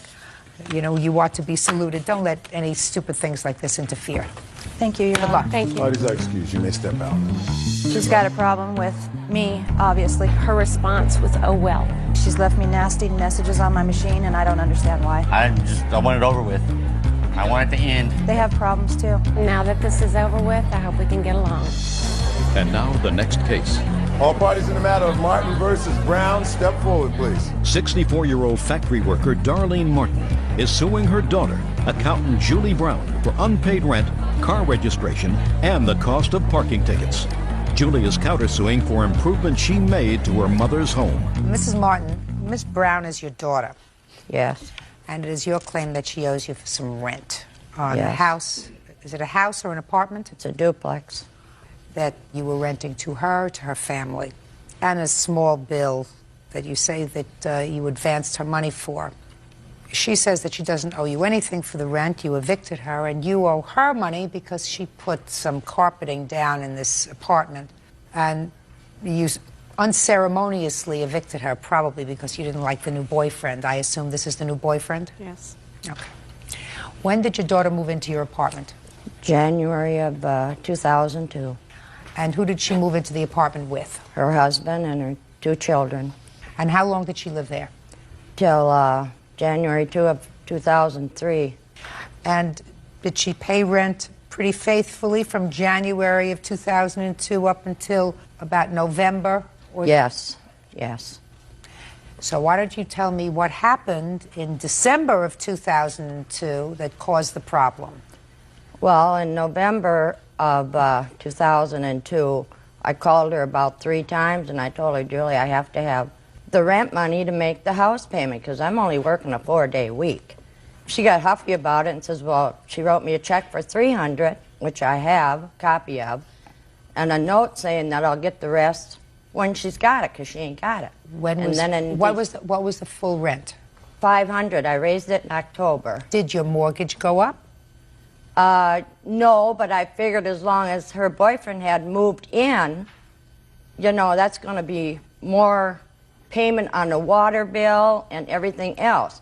And when she was living there with her husband, I told him that I was going to raise the rent in June anyways. Well, what if she couldn't pay it? Your expenses didn't go up. Well, the mortgage payment went, my taxes went up, way up. Did they? Really? How much? They went from $800 to over $1,000 on my taxes. Well, that's $200 a year. So that's why I raised it. Just a second, that's $200 a year they went up. Yes. Well, $200 a year divided by 12 isn't $200 a month. Yeah, but she was getting very cheap rent as it was, $300, you know, I understand. She's your daughter. If you think I'm coming down hard on you, it's because I don't understand, A, your position yet, and B, why you would sue your daughter anyway. When did you evict her?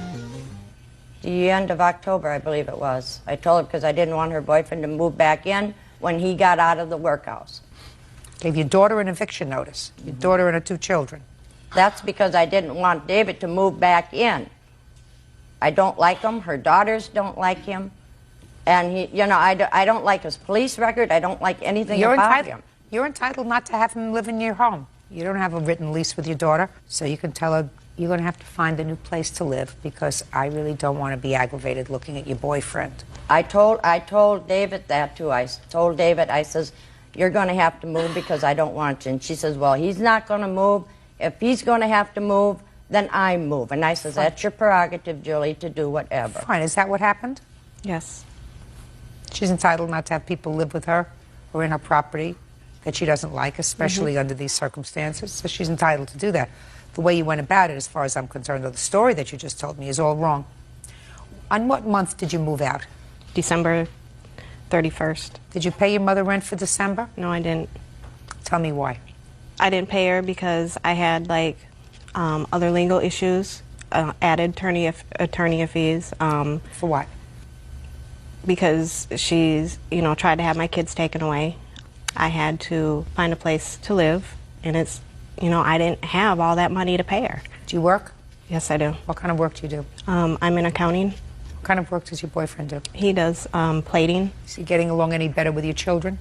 I think it's better now that, you know, everybody is separated. Good. So you understand, if your mother were a private landlord, you would owe your mother $500 for rent. Yep. Okay. I'm not going to hear about the other nonsense bill you're talking about for, I don't know how much it was, $37, $57, something like that. Because I think that's ridiculous. You say you put down $1,700 worth of carpeting in the apartment. When did you put it down? You want your mother to pay for that. That's your counterclaim. Yes. Well, tell me about it. When I moved in January 2002, we had discussed that she wanted to get new carpeting in there and that she couldn't afford it at that time. And I told her that I could, you know, purchase the carpet and for her to pay me back because it's not my place and I didn't plan on being there, you know, forever. And she agreed to, if I purchased it at that time, that she would pay me back the money that I, you know, paid for the carpet. Is that right, Miss Martin? No, I told her, I said, Julie, I says, this carpet up here is not it's not worn out or anything. I says, what we can do is get a good cleaner in here and clean the carpeting. And she says, yeah, but I don't like the color of the carpeting. It was sort of a bluish gray or something. And I said, well, I can't afford it because I says, I'm still paying on the kitchen stove for you. I'm not so sure that I believe what you just told me, Miss Martin. Is that apartment rented now? Yes. Who was it rented to? Her husband and the 2 girls. The 2 girls are living with your husband now? We have joint custody. I have him 1 week and he has him 1 week. How much rent is he paying? He pays $500. Did he change the carpet? No. So the only difference, Miss Martin, is in the amount of rent that you were charging your daughter and son-in-law at the beginning of their lease. The difference in your expense is an additional, according to you, $200 a year in taxes. Is that right? Yes. That's the increase. Is Yes. that right? And the increase that you were charging your daughter and that you're charging your son-in-law is $2,400 a year. Is that right? The difference between $300 and $500. Is that correct? Yes. And am I also correct that the initial $300 a month that you were charging them did, in fact, cover the mortgage? Is that right? Yes. So then I'm going to ask you why you chose to litigate this issue with your daughter in a court rather than just say, listen, she lived there for 11 months, she paid me rent faithfully, even after I told her she had to move, even after I evicted her, she gave me a check, right? You evicted her in October, she gave you money in November. So I'm not so sympathetic with you. You understand what I'm saying to you? Yes. From how many children do you have? I just have her. Well, then there's got to be another reason, Miss Martin. I mean, you don't seem as if there's something wrong with you. There's got to be another reason why you would bring a matter like this to court. And I don't care what it is. You're telling me you're bringing this matter to court over $500? No, she owes $7. Oh. How much was the carpeting? I have a receipt here. $1737.82. And what if I find that you owe her $17? Well, I've got the thing here saying it was put on her husband's credit card. I don't care. They were married at the time. It's a wash. She didn't know you anything. And your mother doesn't know you anything. You lived on the carpet for a year, and now your girls are there at least half the time. Is that right? Yes. Good. Goodbye. Now, this is case number 213 on the calendar, the matter of McGill versus Ty Little. Parties have been sworn in. You may be seated. Gentlemen, have a seat. Ms. McGill, I assume this is your son, and it is your claim that the defendant's son drove your car, which was being driven by your son. It's his car. His car, but in your name? Yes. I'm a co-signer of the loan. How old is he? 21. That he drove the car without permission, causing damage to the car to the tune of some $3,100. You want his mother to be responsible because he's a minor. How old are you? 17. And Ms. Ty says that her son had your son's permission to drive the car and that he caused no damage to the car. Yes. Correct? Yes. Okay. Are you friends? Yes. How long have you been friends? A couple of years. Where were you on the evening that this incident happened? We were at Jared's house. Who's Jared? He was witness. How old are you, Jared? 16. He's 16, he's 17, you're 21. Yes, ma'am. Aren't they a little young for you to be hanging around with? Yeah, well, we all skateboard together. It's just became friends through skateboarding. Oh. And on what date did this happen, when you were all hanging around at Jared's house? February 27th. February 27. What kind of car were you driving? It was a 2002 Volkswagen GTI. How did it come about that you got custody of the keys to this car on the 27th of February? We're at Jared's house, and we got thirsty, and I asked him to drive his car to the store. Just a second. Let's go slowly. Don't poke him. Okay. You were at Jared's house? Yes. How did you get there? I used to live down the street from Jared, and I skated to his house. And you were thirsty?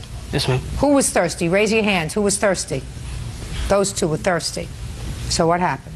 We went to, I asked him Brian for the keys to the car, and he gave them to me, and we went to the store. It took about 10 minutes, and we came back. Why didn't he go with you to the store? What was he doing? He was at Jared's watching TV. How many people were there? One other person besides us. Who was the other person? Blaine. What'd you want to get to drink? Coke. How far away is the store where you buy Coke? About 10 minutes. You were going to go 10 minutes to get a Coke? Yeah. At midnight? Yes, ma'am. No. That doesn't sit right with me. That's what we did. Went to the store, came back. Who do you live with? My mom. You have brothers and sisters? No, ma'am. Just the two of you? Yes. Did your mother work? Yes. Was she at home that night? No. So it was just the four boys hanging out? Yes. Had your mother been home earlier that day? Yes. Where was she that night? At her boyfriend's. So you were having a little bit of a group over? Yes. And you went out at 12 o'clock to get a can of Coke. Is that what you're telling me? Yes. You know that as the mother of children who were teenagers, a whole bunch of them, that doesn't sound kosher to me. You know what that means? No. No. It means I don't believe you. Oh, she wasn't there. I believe she wasn't there, and I believe she was at her boyfriend's. And I believe you went out at midnight. I don't believe you went out to get a can of Coke That's what on a we did. 20-minute ride. And neither do your mothers if they're smart. Sit down. So you were 10 minutes there and 10 minutes back, is that right? Yes, ma'am. His car is a clutch. Are you familiar with driving a clutch car? Yes, I've drove a car with the clutch before. And you drove it reasonably and responsibly for the 20 minutes that you had it. Is that Yes. what you're telling me? Yes, ma'am. What was the name of the store you went to on the 27th of February? Waterburger. It was What? Waterburger. It was a store, restaurant And where are they located? on South Main.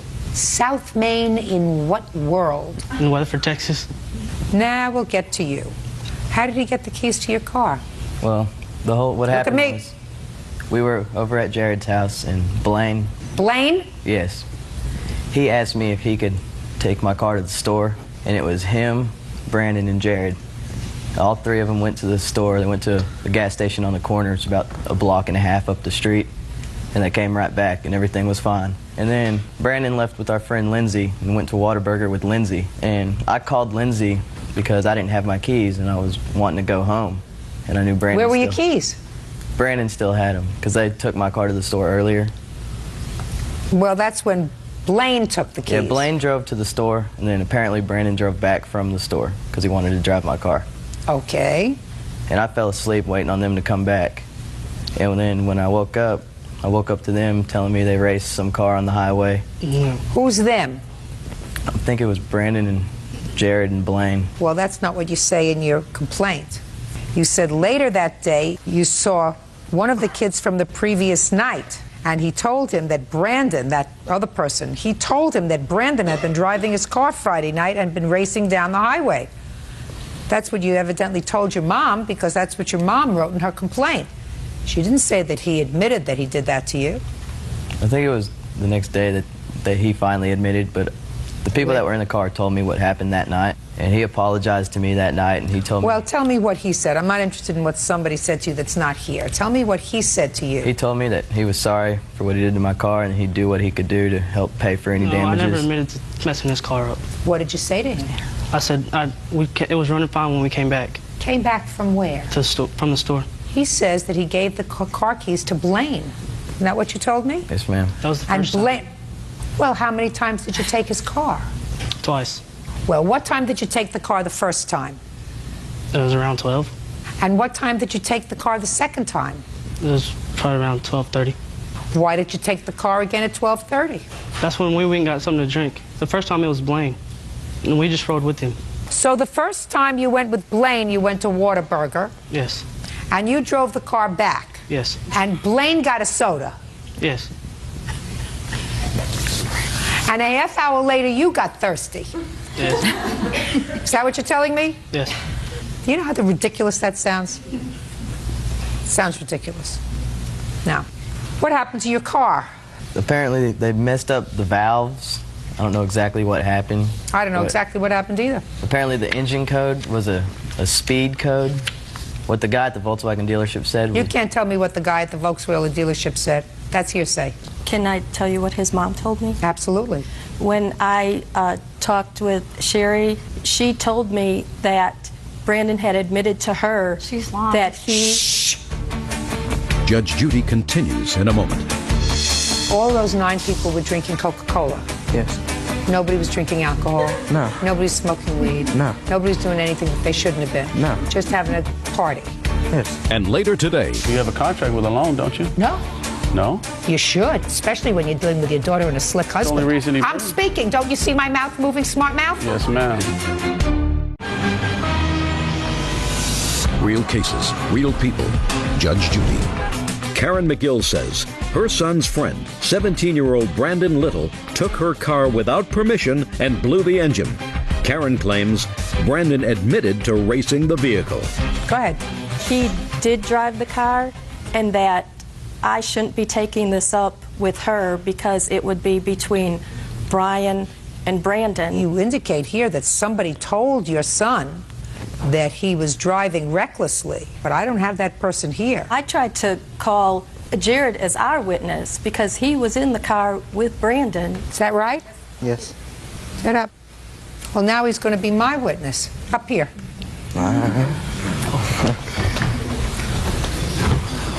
And I tried to get Blaine to come also. Well, I don't care what you tried. This is a court. I need witnesses. You know, I need people here that I can question. Like, how many times were you in the plaintiff's car that night? One time. Which time? The second time. Had anybody been drinking alcohol that evening? No. Had anybody been smoking weed that evening? No. Anybody been doing anything else that they shouldn't have been that evening? No. Everybody was nice and clean that evening? Yes. Did your mother know that you planned to have people over that night? Yes. She gave you permission to have how many people? Look at me. At the most 9. At the most 9. She Yeah. gave a specific number? No, I don't know how many people were there, but at the most it was around 9. And what you're telling me is that all those 9 people were drinking Coca-Cola? Yes. Nobody was drinking alcohol? No. Nobody's smoking weed? No. Nobody's doing anything that they shouldn't have been? No. Just having a party? Yes. Good. Now, you were in the car with him for about 20 minutes. Yeah. Describe how he was driving. He was driving Look at around. me. He was Describe. driving okay. He stalled it a couple times, but that was about it. Well, what did he say when the car kept stalling out? Nothing. He just turned it back on. Didn't say, oh, you know, something's wrong with this car. Not that I remember. Not that you remember. Just, you were just having your Coke. Yes. Did you open your Coke at the store, or did you wait until you got home? I opened it at the store. And did you finish it in the store? No. You finished it in the car? At home. So you put it in the holder and waited until you got home? We bought the big ones. How big? Like, you know, like the big gulps. Like. Did you share it with anybody when you got No. home? You drank it all by yourself? Yes.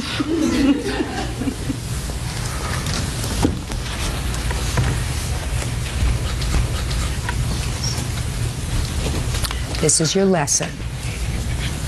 Don't let anybody else drive your car. Yes, ma'am. Because I have to be satisfied since he had your permission to drive the car. He didn't have my permission. Yeah, I believe you did. And you knew that he had driven the car back. And you gave other people permission to drive your car that evening. The only person I gave permission to drive my car was Blaine. I wouldn't give anybody permission to drive a car that wasn't fully paid for. You understand? Yes, ma'am. I have a feeling that there was more going on there than young Master Jared over there is prepared to tell me. But without some indication that he drove your car, because I believe he had permission to drive the car. He may not have had your permission. Maybe Blaine gave him permission. You gave permission to Blaine. Blaine said, here, take the keys and drive home. So he didn't steal your car. He didn't take your car. We're not saying he stole it. What? We're not claiming he stole it. We're just saying he drove it recklessly. Well, we don't know that because there are no witnesses that say he drove it recklessly. So I can't find him liable for those 2 reasons. A, he had permission, and B, there is no proof that he drove the car recklessly. So you fixed the car, you better pay your mother back the money. Case is dismissed. That's it. Parties are excused. You may step out. He was in 5th and went to downshift into 4th and put it in 2nd on the highway. I didn't race this car. He always told me he was going to admit that he did it. I'm just a little confused why Jared would lie about the situation. We did have to pay for it, but like I said, he loaned the keys out to my son, so. And now the next case. All parties in the matter of Estrada versus Castillo. Step forward, please. Plaintiffs Daniel and Deborah Estrada are suing their daughter, homemaker Yvonne Castillo, and her estranged husband, Stephen, for an unpaid loan to buy a house. The Castillos claim the money was a gift. Miss Castillo, is this your husband? Yes. Are you separated or are you together? Separated. How long have you been separated? For 4 months. According to the complaint, you made a loan to your daughter and her husband in the amount of $5,100, and they did not pay you back. Correct. And you say that this was not a loan, but a gift. Yes. And you say anything? Do you say anything? Yes, I talk. It was a gift. What date did you give them this $5,100 and why? We loaned them the money in order for them to help them out so they could purchase a house. Why did they need $5,100? Well, they had bills that needed to be paid off before they were able to purchase a house. And how did you know that? They informed us that they had bills. Well, that's what I want to hear about. We wanted to help them out in purchasing the house, so we offered to help them, you know, with a loan to pay off their bills. You're not following me. Maybe she should talk. Yes. Okay, we have a rental house, and we decided to take out a equity loan, refinance the house, and I told my husband, why don't we help Steve and Yvonne buy a house? When did you tell Steve and Yvonne? That was sometime before September of last year. Tell me the conversation. We asked them, if we loan you the money, how could you pay us back? So we talked about if they bought a house using the equity or using their income tax return, and they agreed to the conditions. Okay, and now I'll hear you. But it wasn't a loan. I mean, it wasn't a gift. It was a gift, not a loan. Listen I'm to sorry. me. Listen to me. Go. Don't get to the bottom line first. Okay. Tell me what your recollection is, Yvonne, about the conversation that you had with your mother. Debbie said, look at me, that if they gave us $25,000 for a down on a house, it would have to be in where they say in Moreno Valley. And that once we bought a house, we would have to, the taxes, like 4 years of taxes that we get on the house that we buy, we would have to give to them. So that if they gave you the money, because you'd be saving a certain amount of money on your taxes if you owned a house and had a mortgage, for the next 4 years you would give them back the money that you got on your tax returns. Yes. Is that right? Yes. I'm not asking you anything. And what did you say? We both agreed that yes, that would be satisfactory. So they didn't give you $25,000, but they gave you $5,100 towards the 25? Yes. It was given. We helped fix the Holly house she was speaking of. We helped fix that house, and that was the $5,000 that was given to us to fix that credit that we had to do. Is that what happened, Yvonne? That's the way I see it also. That's not what I asked you. Was that the agreement? No. No. How long after you got this $5,100 did the two of you separate? About 5 months after. You have children? Yes. How many? 2. Do you work? No.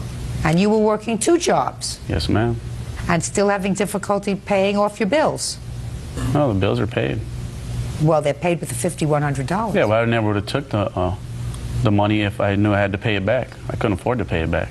Well, what were you going to do with the bills, Steve? Well, in time, I would pay them What off. were you going to do with the bills? I was going to pay them off Right, time. in time you were going to pay them off. Right. And the bills were being accumulated with how much interest? I don't know. How much interest were they charging you on the $5,100? There was no time period of paying it back. Right. There was no... Just listen to me. So you intended to pay back the credit card company, and here they were giving you an opportunity to clean up your credit, getting rid of credit cards with 12 and 14% interest, and all you had to do when you got your income tax returns, pay them back. That sounds like a bargain to me. Doesn't that sound like a bargain to you? No, it doesn't. It doesn't? Well, explain that to me. Bert and I would really like to hear that. One that's costing you 14% and one that's costing you nothing. Would you say the one that's costing you nothing is a bargain? Right, if it's a loan, yes. It's a loan. Your wife says it's a loan. There's no contract. You have a contract with a loan, don't you? No. Okay. You should, even when you're dealing with your daughter, especially when you're dealing with your daughter and a slick husband. But very often, you don't. You have an agreement. And the agreement, as long as there is an offer and an acceptance and a meeting of the minds, that's a contract. Only certain things you have to have in writing by law, like selling property, land. You need that. I'm speaking. Don't you see my mouth moving, smart mouth? Yes, ma'am. Your wife says that there was an agreement that you did not put into your statement that said that they were going to give you this money and you were going to pay it back with your income tax refund over 4 years. She's not a liar, is she? No. Good. Judgment for the plaintiff in the amount of $5,000, which is the total amount that I could give you, sir. Do you understand? Yes. That's all. Thank you. Goodbye. Listen to me. Listen to me. You separated? You might want to think twice about getting back together with him. He's a little slick for me. Parties are excused. You may step out. One on the calendar in the matter of Walsh Webb versus Mack. Parties have been sworn in, Judge. You may be seated. Ladies, have seats, please. Mr. Walsh, for some reason which you will explain to me, you were visiting the defendant. You're a neighbor of hers? Yes. And you had with you a backpack. Yes. It's your claim that you left the backpack in her house and she refuses to give it back to you. Yes. And within that backpack, among other things, were your girlfriend's jewelry, rings and diamonds and valuables that you alleged that you were taking to be cleaned? Yes. Is that right? Yes. So you're suing her for $2,000, the return or value of the property. The defendant says she didn't know what the devil you're talking about, that you came into her apartment to use her phone, you didn't leave anything there, and she's counterclaiming because she said you and your girlfriend have been going all over town calling her a thief, among other things. How long have you been her neighbor, Mr. Walsh? For 7 months. Okay, and how long have you been living there, Miss Mack? Since '98. Is this an apartment building? Yes. Now, on what date do you claim you were visiting Miss Mack? This was like the 22nd. Well, prior to this incident, I visited her several times on different occasions. What were you visiting her for? We were just hanging out, talking, having drinks. You were friends? Yes. Did you become friends before or after you moved in? After. You didn't know her before? No. So you've known her for about 7 months? As a matter of fact, I've been seeing her for about 7 months. I've only known her for about, 2.5 months. What do you mean you've been seeing her? Seeing her as a neighbor, speaking to her as a neighbor. Okay, but it's been 2.5 months that you've been going there occasionally and hanging out? Yes. Okay. Go ahead. Talk to me. On the 22nd, I was over her house. It was a Sunday. 22nd of? September. Go ahead. It was a Sunday. I didn't know at the time that I had a warrant out for my arrest, which when I left her house, I got picked up on that warrant. For what? It was just something personal with me and my family. Something me and my family is going through. Like what?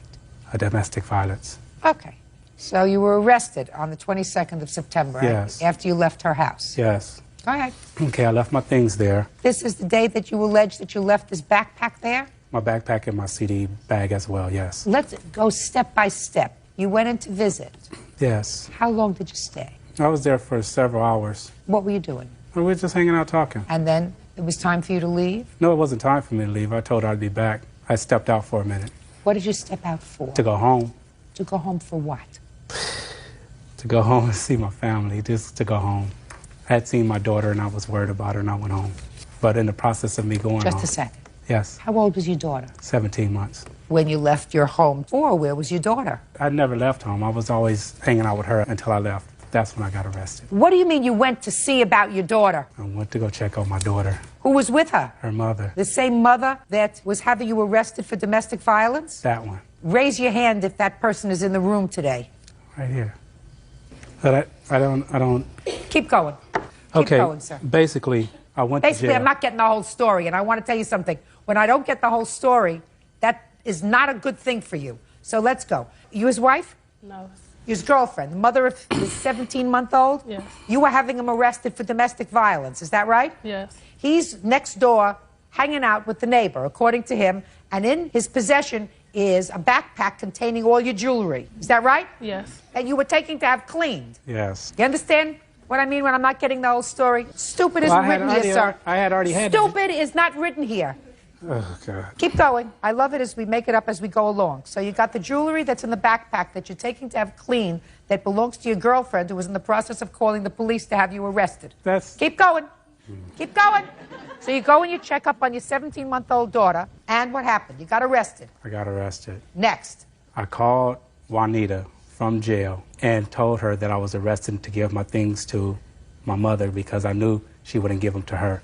You knew she wouldn't give them to her. I knew she wouldn't give them to my girlfriend. Why not? Because she told me she wouldn't. What do you mean she told you she wouldn't? She told me, I'm not giving nothing to her. I'll give it to your mother or your son or somebody else. Why is that? Because she didn't want to give it to her. Why? Judge, I don't know. Because she was afraid I was going to find out what was going on between them two. Oh. Anyway. Shh. So my mom called her. What were you doing with her jewelry? Like I said, I was taking it to get it clean. I had it for a couple of days in my backpack, though. Okay. All right. Get it. It was Judge. Go ahead. My mom called her, talked to her. My mom told me, yeah, she said she would be willing to meet me to give me your backpack. And so when my mom did finally get back with her, she started saying she didn't know what she was talking about. I've never been to her house before, and all this started coming up.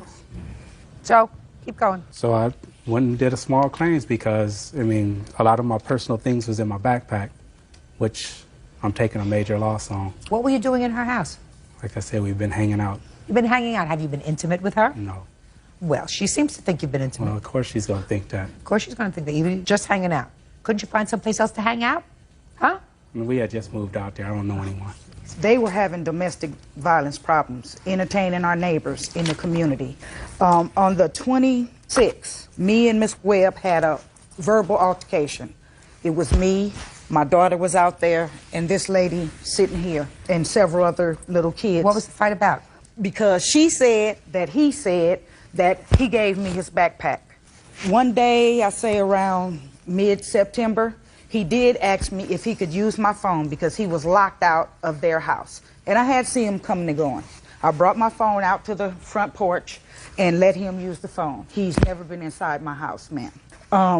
The night before, when we had the altercation, me and her, the next morning, I get up to go to work. I work 2 jobs. My tires were slashed. Both our tires were slashed, both mine and Miss Webb's tires were slashed. And I have the police report right here. This is a log of my caller ID log from my phone, all the numerous of calls that I've been receiving from them, from her phone number, from the phone booth, and how many times the housing authority told me that if he can prove that I have their backpack, that he would evict me. So I'm worried about losing my housing because of a lie that he told this girl. And I had to have my phone number changed within 3 days of each other because of the calls from them. Okay, now, Miss Webb, how long have you been with him? 5 years. In the 5 years that you've been with him, how many times has he been in jail? Twice. When? Ooh, a year ago. For how long? For a year. For what? Possession. Of what? Of controlled substance, marijuana. I'll leave it with the possession of controlled substance. Okay? That I believe. Okay. When else was he in jail? And domestic violence. What does he do for a living? At the time, he's not working. When was the last time he had a full-time job, 9 to 5? A month ago. And how long did he have that job for? About 2 weeks. When was the last time he held a job for more than 3 months, 9 to 5, Monday through Friday? Right before he went to jail a year ago. So how does he support himself? Want to tell me that? He gets a check. He gets a check from what? From the state. What's the nature of his disability? That I don't know. Mental, I don't know. You have to ask him that why he get the check. Yo, why do you get a check? For mental. For what? Just have problems, Your Honor. But I would like to say something. Yeah. I do have a surprise witness that will let you know. I'm here. That I'm will ready. let you know. I'm ready. That will let you know that we've been knowing each other for some time. Fine. Bring in the witness. Thank you. The person's name? My mom, Joan Walsh. She had a conversation with her on the phone, and at the time they had a conversation, she said she will return her items. And at the... Bring her in. Walsh? Your Honor. Just a minute. Oh, okay. All right, you sir.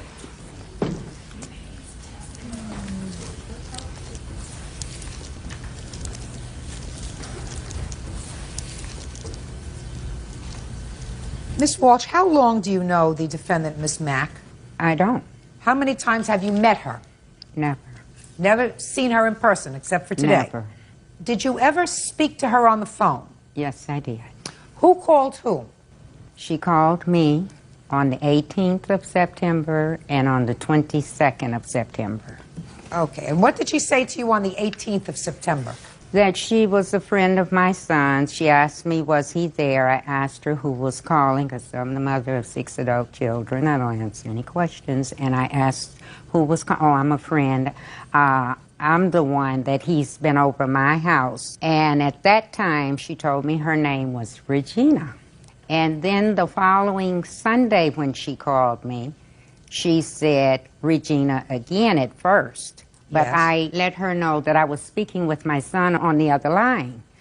And she said, well, I just finished talking to him, and he wants me to give you his belongings. I said, what are the belongings? She told me 2 bags. And I said, okay. I said, well, can you call me back because I'm speaking with my son, and I don't know how long he can remain on the phone. And I spoke with him about 20 minutes. And when I hung up, no one else had called me, and I started 69 her back. And I let her know how I had called her. And I asked her when could we meet so I can get my son's belongings. And she told me she would call me back. And when I talked back with her, she told me that she didn't know nothing about it. That she didn't know him or anything. Was her words. Then a couple of days later, I had gotten her number, and I called her on the 25th. And I asked her... Where did you get her number from? From my son. Well, I thought you said you star 69 the number. That Sunday. I understand that. Yeah, that Sunday. But Just a second, but I understand that. But that was a person who identified themselves as a person by the name of Regina. I know, but when I clicked back over from my son... Yes. He told me who she was, and then I told her. He told you, but she said, or the person who called you said their name was Regina. I know. And Twice. Both times that the person called. Her name's not Regina. I know, but what I'm saying is when I clicked back over to let my son know that she was on the other line, this is when he said, not Regina, Mom. He said, Juanita. And when I clicked back over, and she just said yes. And a couple of days later, she said, oh, Regina's my friend down the road or something, you know. Did you speak to her on the phone? No, ma'am. Never. Judge Judy continues in a moment. He told your story. I don't believe that you're in the process of having him arrested for domestic violence and he's schlepping your jewelry to a jeweler to have it cleaned. That's the first lie. Everything else after that is downhill. Real cases, real people. Judge Judy. Horace Walsh is accusing neighbor Juanita Mack of stealing a backpack that contained his girlfriend's jewelry. Horace says he was taking the jewelry to get cleaned. Okay, I'll take a look at it. This is where she starts 69 her at, the highlights when she called her.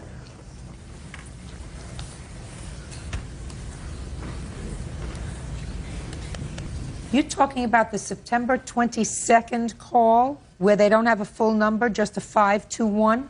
Yes. Am I correct? That's when I started her back. They put the little stars on there. So they put the little stars there so that you can't tell what the number is. Is that right?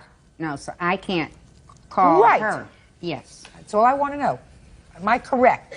You cannot tell, or am I reading this right? You cannot tell what number she starts 69. Is that right? Can't tell the last 4 digits. And then on the 25th of September, yes, your son gave you her number. Is that right? No, he gave it to me on the 24th, and I called Or her the on 24th? Yes. Right. Thank you very much. You can have a seat. Thank you. Then also, can I say something? Sure. I have a card from the case management at the housing where we live, where he was calling the housing, and they informed me where he was and where my stuff was, because they said they have seen him come in and out her house. You can't tell me what they said. Well, she just... You can't tell me what they said. That's hearsay. Okay. Listen to me. I don't believe his story that he had your jewelry in a backpack because he was taking it to have it cleaned. That's the first lie. Everything else after that is downhill. Do you understand what I'm saying to you? Because he was taking it to be cleaned. I don't believe it. I don't believe that you're in the process of having him arrested for domestic violence and he's schlepping your jewelry to a jeweler to have it cleaned. But this happened some weeks ago. What I'm telling you is I don't believe that part of his story. And he said it to me with the same straight face as he's telling me the rest of it. I don't know whether she has your property or not. How am I supposed to tell? How am I supposed to tell? His mother never saw this person. His mother never saw her. Maybe he went to somebody else's house whose name is Regina, who lives 3 doors away. How do I know that?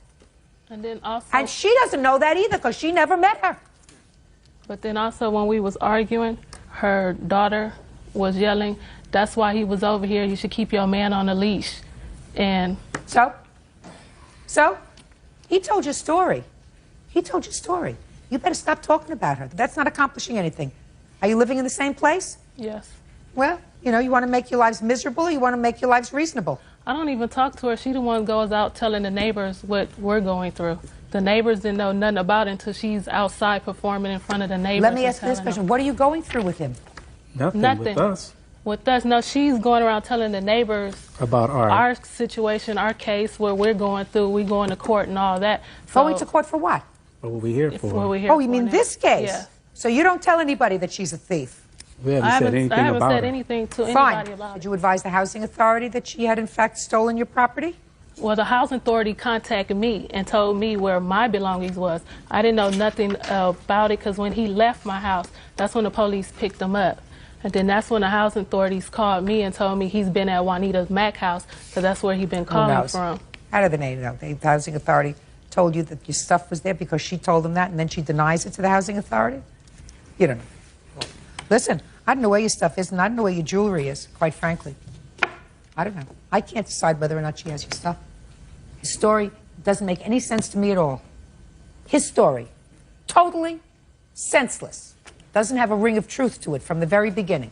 So how am I supposed to take pieces of it that I don't believe and put together with pieces that I do believe to determine that she's a thief, that she took your property and won't return it? When I don't believe that in that bag was your jewelry on the way to the jeweler to have it steamed. Don't believe it. So your case is dismissed. Now, as far as your counterclaim is concerned, I have no idea whether or not she's been torturing you and harassing you. If she has been, I suggest you file a criminal complaint. Well, listen to me. I suggest if she has been harassing you on the telephone, that is a felony, that you file a criminal complaint. Do you understand? Yes. The two of you live together in the same complex. If you want to make each other's lives and your family's lives miserable, you'll continue to do so. If you file a criminal complaint, and if there is a hearing, and if either one or both of them are convicted of harassing you, you certainly have leave to come back to any small claims court and file a civil complaint. Do you understand? Yes. Perfect. Good. So your counterclaim is dismissed. Goodbye. Parties are excused. This is Jeter. Parties have been sworn in. You may be seated. Mr. Kochan, there's your claim that you made a loan to the defendant for her to have breast augmentation surgery. Correct. And in addition, you paid some of her bills while she was recuperating. Yes. You want to be reimbursed for this loan. Ms. Jeter says that there was no loan. You did this because you were sort of infatuated with her, and there was no expectation that you would ever be repaid for the money that you gave her. So let's just cut to the chase. Are you a very rich man? I do all right. Yes, Well- he is definitely a rich man. We'll get to you in a second. Okay. Do you give to charity? Don't look down. That's a very simple question. The words, if you're a rich man, No. you don't. You don't. So you're not a philanthropist. No. So there had to be a reason, sir, why you decided to loan money to somebody that you weren't related to for a surgical procedure that was not necessary. You know, she wasn't having a kidney replaced. Why don't you tell me why you did that? Well, she was a tenant of mine for a while. And when she moved in, she cleaned the apartment up that she lived in. She cleaned it up very well, better than most of the people I hired to do that. So as time went on, as apartments came available, I would ask her if she wanted to do it. And she was making $200 an apartment, doing one a day. You know, at her age, making $1,000 a week, it was pretty good money. We live in Las Vegas, and women with big breasts get better jobs. It's a fact. She doesn't need that if she's just doing house cleaning. Correct, but she doesn't want to be a housekeeper forever. I assume not from the outfit she chose to wear to court that she doesn't want to be a house cleaner forever. You still don't answer my question, sir. My question was, why did you loan Miss Jeter, your tenant/house cleaner, money for breast surgery? Because she came to me and asked for it. And I thought it would be a good loan because at the time she was making a lot of money for me. Well, tell me about the time she came to you, sir, and asked you for the loan. We were at an apartment. Okay. And she you basically went, said she got... Okay, and when was this? Early part of November of '03. And you say to her, and she says to you, let me have it. She says she doesn't like doing this anymore. She wants to get into something else, work in the casino. And if she had breast augmentation, it would help her get a good job. So at that time, she asked me for it. What did she ask you? To buy her, to loan her the money to get breast augmentation. And you said? I don't know. And it took a while, you know, a little bit of persistence over the next couple of weeks, till finally I gave in, said, okay.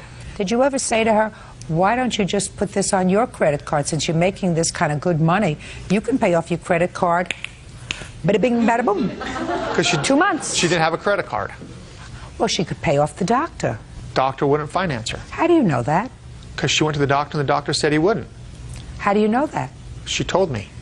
So then you asked her that question. Is that what you're telling me, Mr. I pretty Cochran? much assumed that. No. There's no way she Don't could do that. listen to me. Don't assume anything. When I ask you a question, give me an answer. Not a makeup, not a what you suppose. Okay, what was the question one more time?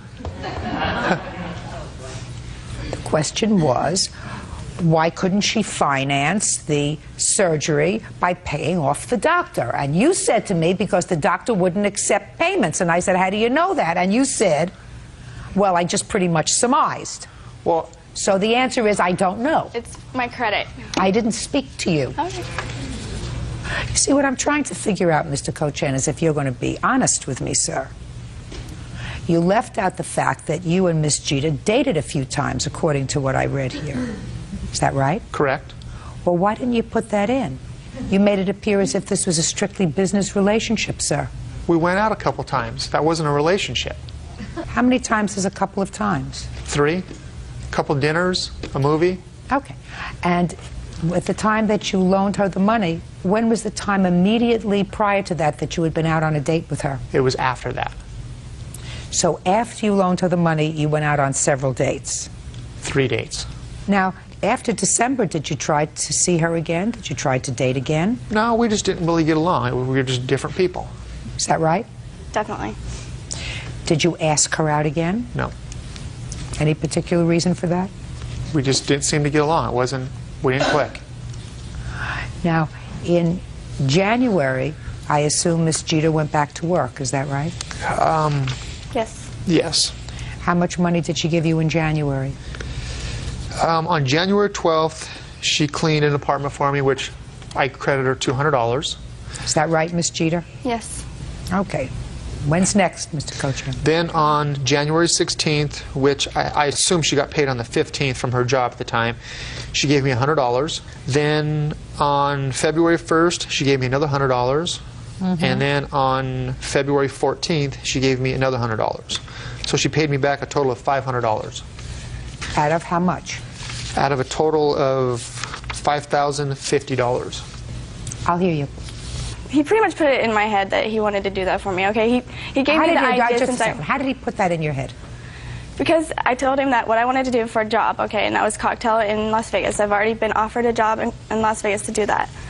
And it's just easier to get a job having this operation done when I had nothing before. And so he said, well, yeah, you know, his ex-girlfriend had it done, and so he told me that that'd be a good idea. So he made me feel like it was okay to ask him to do that. Okay, as far as paying him back goes, nothing was supposed to come out of my pocket cash-wise. I was supposed to just clean his apartments out, but none came available after my operation was done. I was healed and everything. So I had to get a new job and just to pay my bills off, and I wanted to move because it's a bad area. Yeah, but if I don't have a partner... Just a second. What you're saying to me was it was a loan.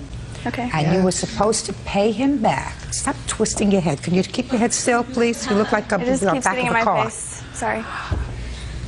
What you're telling me is that what you were supposed to do is pay him back in kind by cleaning the apartments for which you were paid $200 an apartment, and you were going to pay him back from that, but that after January, apartments didn't become available. Is that what you're telling me?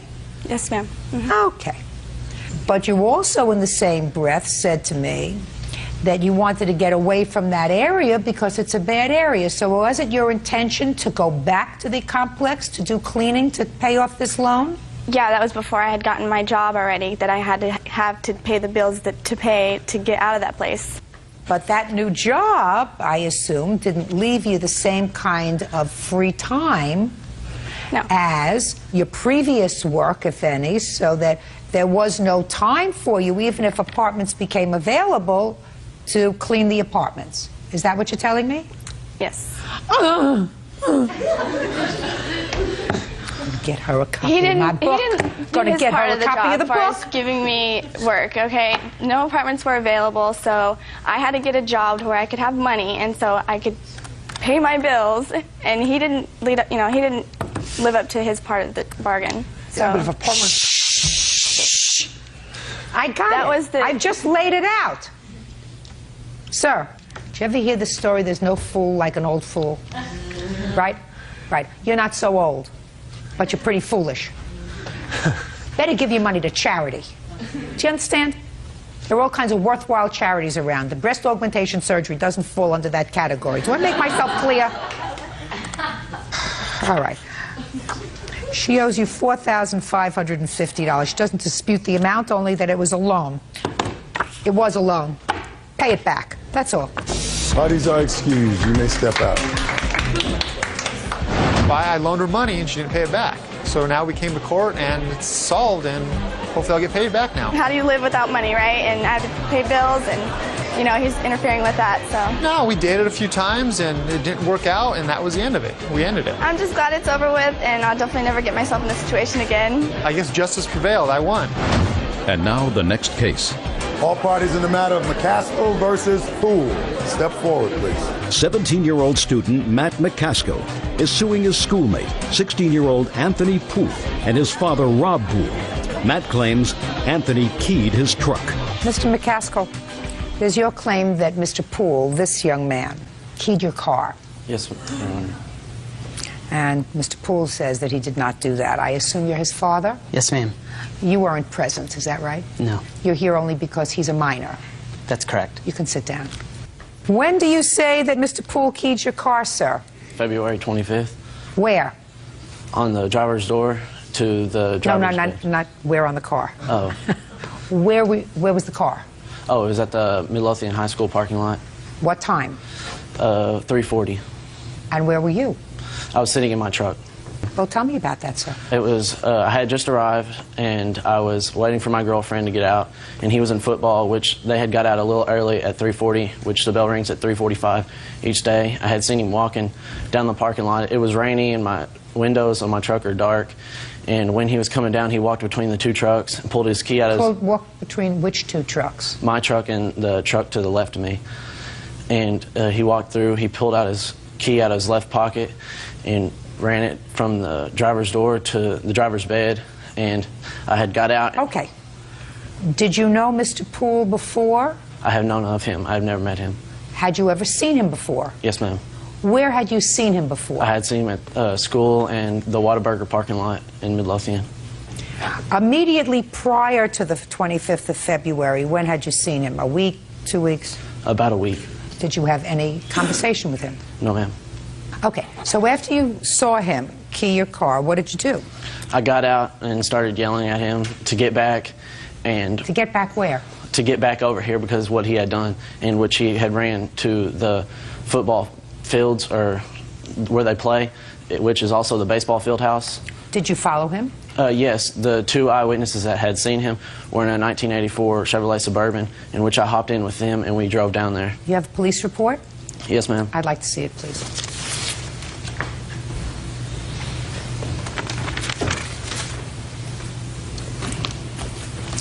Did you file the police report on that day, sir? Yes, ma'am. Okay. When was the next time you saw Mr. Poole?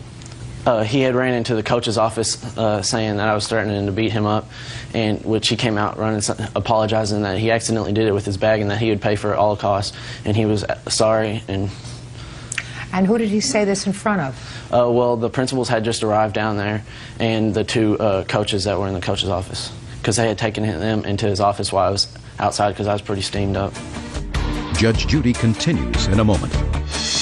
Over here on the map where he was walking between the two cars, one of the kids slammed the door open on his chest, and that's why he was... Not this person. No, we're not saying that he did it. But sit down. Real cases, real people. Judge Judy. 17-year-old Matt McCaskill says classmate 16-year-old Anthony Poole keyed his truck. Anthony is denying the charge. Do you have any other school reports? No, I don't, but I have pictures and estimates. I'll take a look at the pictures.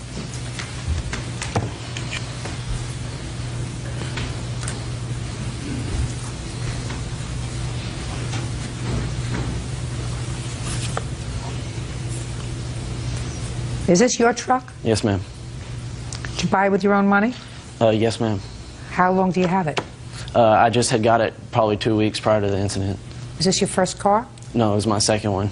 My mom had bought my first one, and I told her that she could have it back, and so. So this is the first one you bought for yourself? Yes, ma'am. Okay, Mr. Poole, now I'll hear you. I walked out of the football field house. Before then, there was an incident at Whataburger. One of my friends told me some guys were making racial slurs about my girlfriend.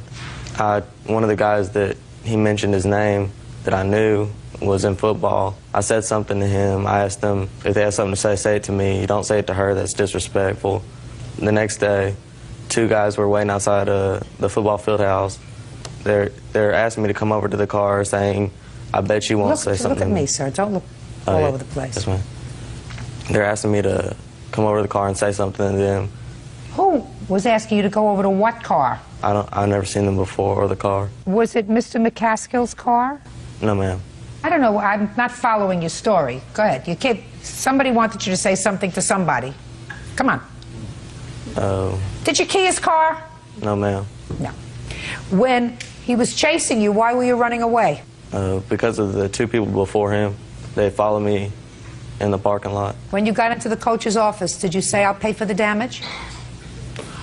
Just listen to me carefully. When you got into the coach's office, yes, ma'am, did you say, I'll pay for the damage? Yes, ma'am. Did you tell your father that you said, I'll pay for the damage? Yes, ma'am. When did you tell your father that you said you would pay for the damage? That night. But I said that I'd pay for it if my backpack left a scratch. He said on the statement that he heard me run by his car and a scratching sound. And I said, there's metal straps on my backpack. I said, maybe my backpack might have caused the scratching sound. Whenever I saw the keying mark, that wasn't from a backpack. Mr. Poole. Yes, ma'am. Do you know that if something doesn't make sense, it's usually not true, sir? Yes, ma'am. And there are certain things that are common sense. Let me tell you what they are. Yes, ma'am. If a 17-year-old spends his own money that he's worked for to buy a truck or a car, that's usually their prized possession.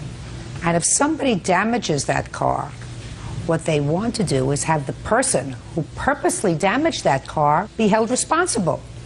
You want to say something, yes, sir? Yes, please. Go ahead. Okay. Stand up when you're talking. Okay. Excuse me, ma'am. The only thing that I witnessed physically was the red whelps on my son's chest from the incident with over here on the map where he was walking between the 2 cars. One of the kids slammed the door open on his chest, and that's why he was... Not this person. We're not saying that he did it. He did nothing. No. Do you understand, Mr. Poole, what I just said? Yes, I do. A 17-year-old doesn't blame somebody else. Unless destroying their property, their car. Right. Unless it's the person who did it. Unless there is an overriding reason for them to do that. Or unless he wants a new paint job.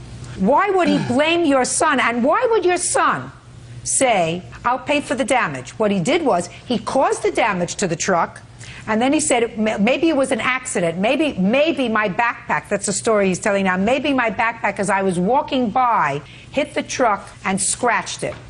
So all those things, Mr. Poole, are too serendipitous. The fact that he was there at the time that the truck was scratched. The fact that he witnessed the truck being scratched. The fact that he acknowledged after a chase that, well, maybe it was just, maybe I scratched it, but if I did, it was just by accident. Do you understand? He doesn't say he wasn't there, and he doesn't say he didn't scratch it. He said, if I scratched it, it was an accident. Are you following me? Yes. Good. Sit down. Can I see the estimates, please? Yes.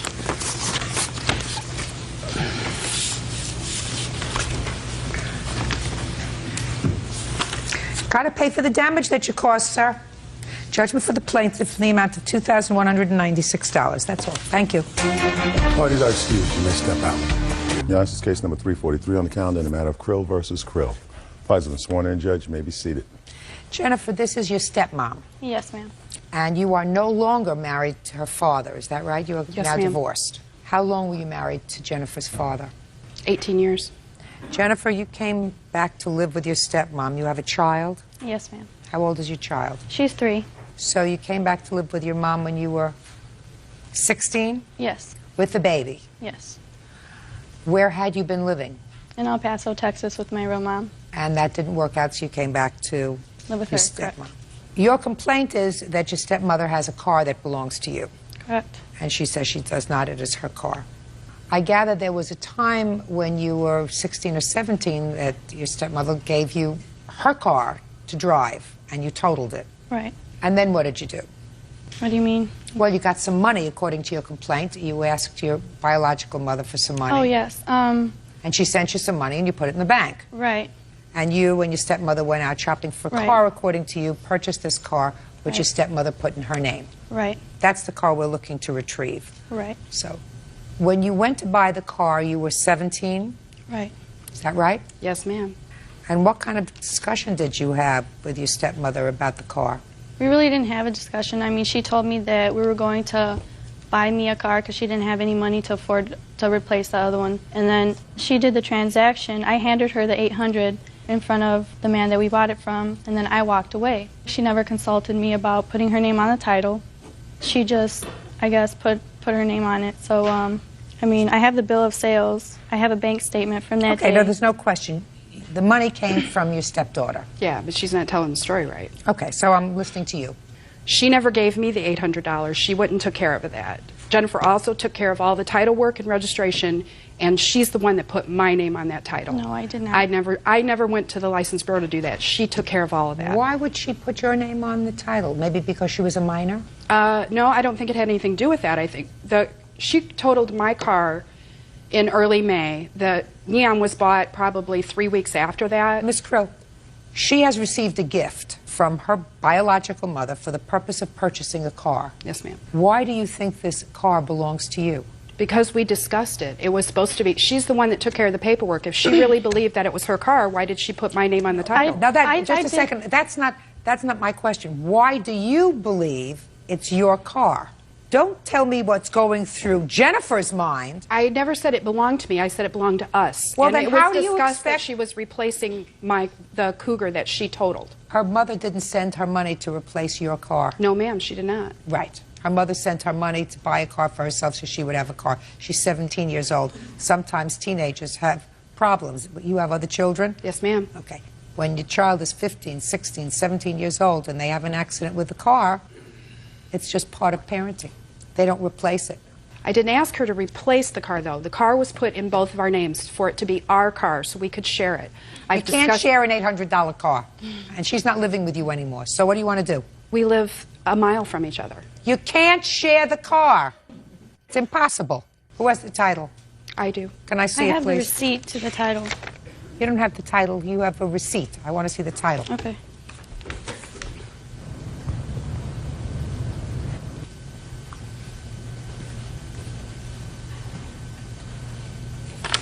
Okay.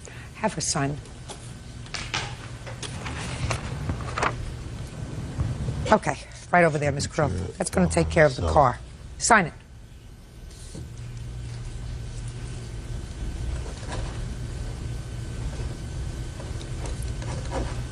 Okay. Bird, would you give it over to the plaintiff, please? All right, that takes care of that. Now, I'm going to take care of all this property stuff. What kind of property do you claim that you have at your stepmother's house, and why did you leave it there? Well, I have a couch that my aunt gave me. I have a bed that my grandmother gave me, a radio flyer, a radio tricycle. I have all my shoes. That's for the baby? Right. Those are her toys, and amongst several other toys that she has there. And Well, the reason why why didn't you take those things when you left? Because I was sent to Texas. I mean, I couldn't pack everything. What do you on mean a you were plane. sent to Texas? When were you sent to Texas? I was sent there July 11th because they said that I couldn't live in their house anymore. So You mean your stepmom said you couldn't live there anymore? Right. Well, Why? What were you doing? She told me that I had to go to Texas. I had to face my past and stand up to my real mother. I mean, I didn't understand why she was sending me. I still don't understand why she sent me. She's going to tell me why she sent you. There had to be something that you're not understanding, but that I have a feeling I'm going to understand. Go ahead. She was sent back to Texas at that time because I was on medical leave and because she was getting into some trouble that I couldn't handle. I told her to go back to Texas to deal with things that were going on, to step up because she needs to be a mother. To her child? Yes, ma'am. I'm a mother to my child. I think I am a very good mother to my child. I've never hurt her. I mean, I don't understand why she's doing that. Well, let me ask you this question. You've never hurt her? No. Do you think that you surround her with the appropriate people all the time? Yes, I do. Just think about my question very carefully. Where's her father? He is in Texas. He's no longer in my child's life, nor has he never been. Does he pay support for her? No, he doesn't. Why not? He just doesn't. He's in prison. Well, that's a reason. That's a reason for him not to pay support is because he's in jail. What is he in jail for? Statutory rape. Of? Me. Of you. Is that one of the reasons you didn't get along with your biological mother? Yes, it was. Did they pursue that against him? Yes, ma'am, they did. Okay. Your stepmother says that you were getting into some difficulty with your daughter, that she found her in a circumstance that she wasn't happy with. Is that right? Yes, ma'am. Is there any truth to that? No, I don't understand. I don't know what circumstance you'll be talking about because... Well, maybe she'll tell me. Go ahead. She was dating boys that had no business being around the grandbaby. I actually had to extract her from the home of one twice within a month's period. What was wrong with them? He beat on the baby, for one. How do you know that? He left marks on her. Judge Judy continues in a moment. Yes, he was one of my boyfriends. She admitted that he hit her. Because she had an accident in her pants. I didn't agree with it. I didn't say, oh, well, that's okay. So when I asked you whether your daughter was around inappropriate people, the answer was yes. Real cases, real people. Judge Judy. 18-year-old Jennifer Krill says her stepmother, Kim Krill, won't return her vehicle. Kim says Jennifer should think of it as compensation for wrecking her car. Did you ask Jennifer about the marks? Yes. What did she tell you? She admitted that he hit her. Is that right? What happened was, from another instance, that when I was in Texas, yes, he was one of my boyfriends. I came to live with him.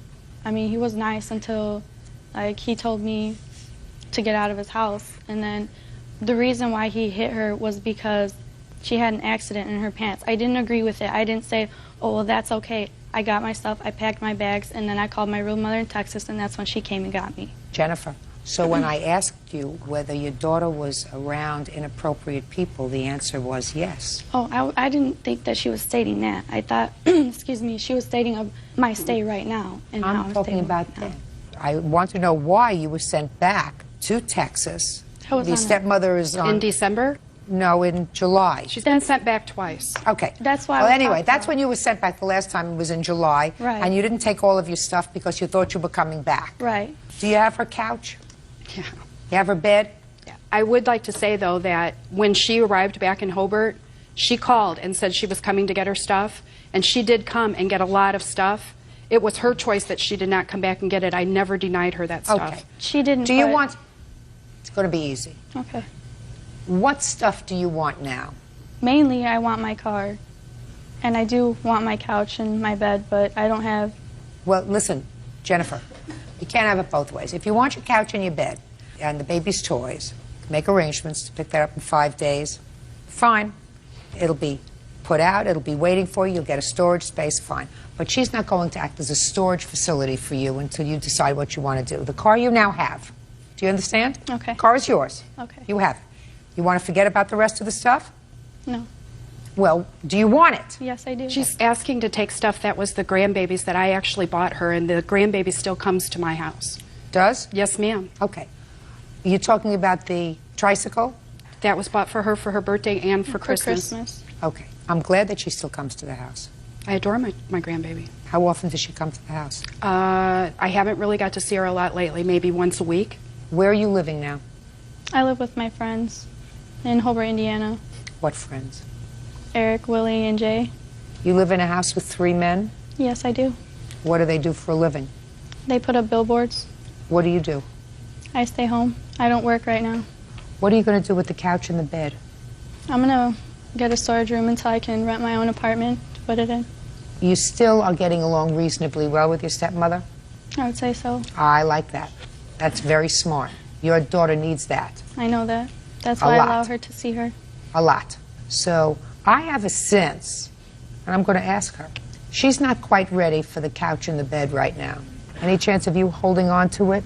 I told her before that she was more than welcome to keep her stuff there until she could find a place, room Fine. for it. Then we have no problem with that. And we've resolved the car. Continue to be smart, Jennifer. Continue to let her be a part of that baby's life, because I have a sense that that is going to be one of the stable things in your daughter's life, at least for a while. I understand that. Okay, very good. That's all. Thank you. Parties are excused. You may step out. She's not stepping up to her responsibilities and doing what she's supposed to do. I would like to make amends with her. Just to be a good mom to her daughter, that's all I want her to do. If she would like to see me in her life as well as my granddaughter, I mean, I'm more than willing to do so. And now the next case. All parties in the matter of Riley versus Lee. Step forward, please. Retired bus driver Lynette Riley is suing her ex-daughter-in-law, medical language specialist Kelly Lee, for defaulting on a car loan. Kelly says she can't make payments because Lynette's son doesn't pay child support. Mrs. Riley, the defendant is your former daughter-in-law.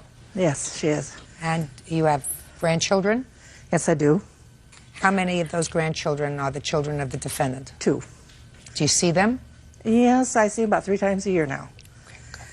According to what I read, in 2000, the year 2000, you co-signed a loan for a car at a time when your former daughter-in-law and your son were still living together. Is that right? Yes, it is. And the car was used by your daughter-in-law. I assume it was in your name? It was. And I assume also that your husband used the car on occasion. Is Yes, that right? he did. But shortly after the car was purchased, they separated, and you took the car. Yes. Now, did your judgment of divorce provide that the car was your car and your responsibility? It wasn't detailed in our divorce, but property in our names remained in our names. Is that what the judgment of divorce said? Yes. Problem is that you stopped making the payments at some point. When did Yes, you I did. stop making the car payments? The car payments began to be too much for me. I wasn't receiving child support. That's your defense. Consistently. That's your defense. My question was, when did you stop making car payments? Off and on over the last 6 months, I continually tried to catch up, and I couldn't.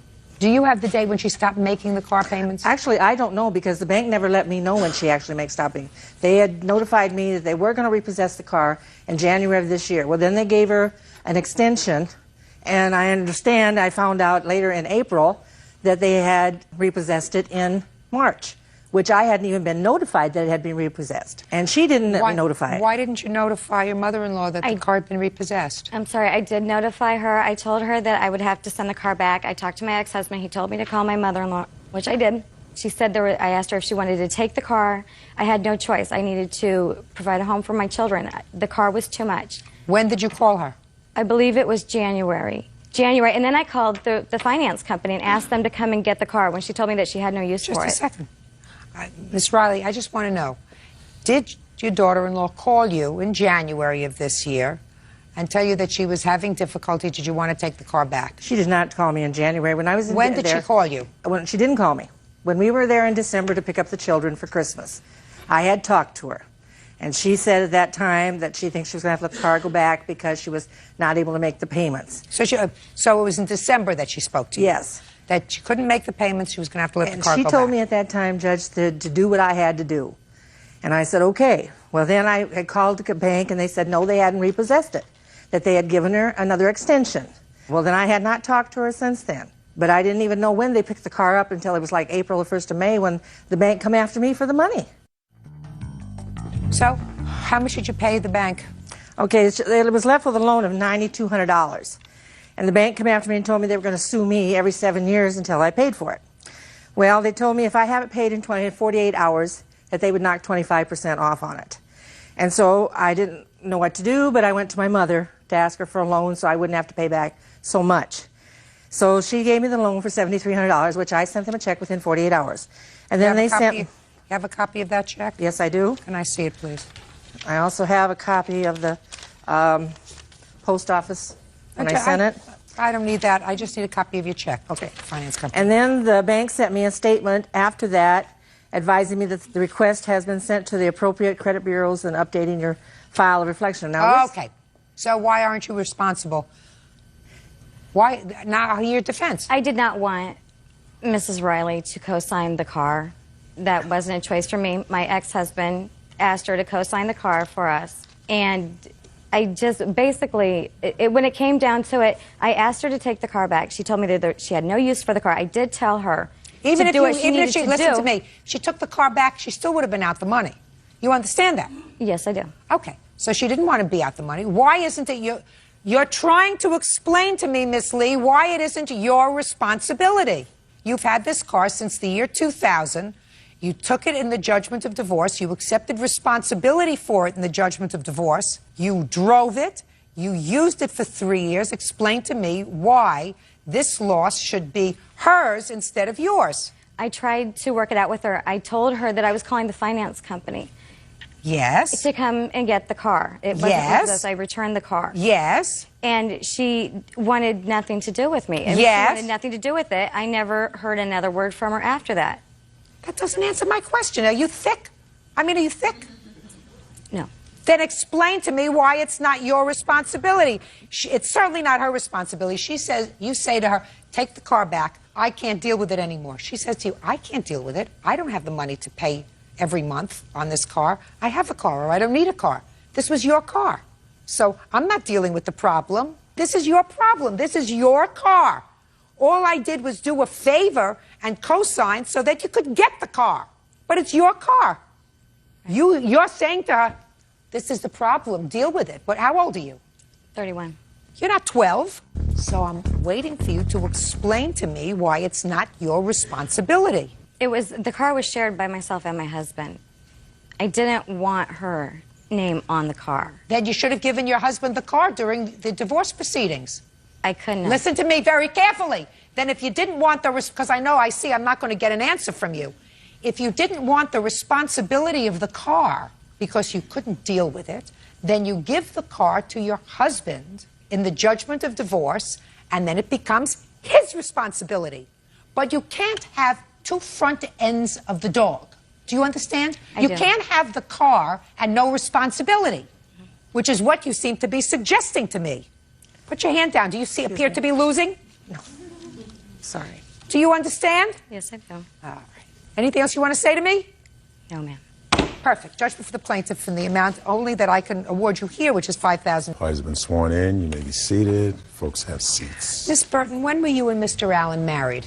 We got married in April of 2001. And at the time you were married, you had a child, a boy. Is that right? I already had him, yes. From a previous marriage or relationship? Relationship, yes, ma'am. And how old was that child when you married Mr. Allen? 9 months. And where is the father of that child? He lives in the state of California. At the time, he lived in the state of Utah with me. Does he support the child? Does he support the child? Right now, no. Last year, did he support the child? Yes. The year before? Yes. And the year before? Yes. And how much support was he sending for the child? He paid $167 a month. So not much? Not much. Not enough to support the child? No, ma'am. When you married Mr. Allen, were you working? Yes, ma'am. Continually employed? Yes, ma'am. And who was watching the baby? The biological father was watching him. And that remained throughout your marriage to Mr. Allen, that the biological father was watching the baby while you were working? At the point when me and Mr. Allen got married, I had put him in daycare. And you continued to be employed? There were points that I did become unemployed. Large stretches of time? No. Maybe the longest stretch were 6 months. And during that 6-month period, Mr. Allen supported the household? Yes. Supported you and your son? Yes. Okay. When were you married, Mr. Allen? April 25th, 1998. To her? Yeah. Why did she say April 2001? I don't know. My son was born in 97, so. You mean the baby? Yeah, the baby. Is that right? Yes. So that you made a mistake. You were Yes, married ma'am. in 1998. Yes, ma'am. And when did you separate? It was the end of August, September of 2002. And when were you divorced? October 4th, 2002. Do you have any children together? No. So this is what this case is about. Miss Burton is suing you for the return and or value of property, the child's property, child's clothes, games, sporting equipment, etc., etc. that was at your house. Because even after the divorce, you were exercising visitation with him. You coached his ball league. Up until problems happened. So. Whatever it was, but you were involved with him, so you kept some things at your house. Did he sleep at your house occasionally Your Honor. during visitation? He actually lived with us from March until July. March of what year? 2003. Why was that?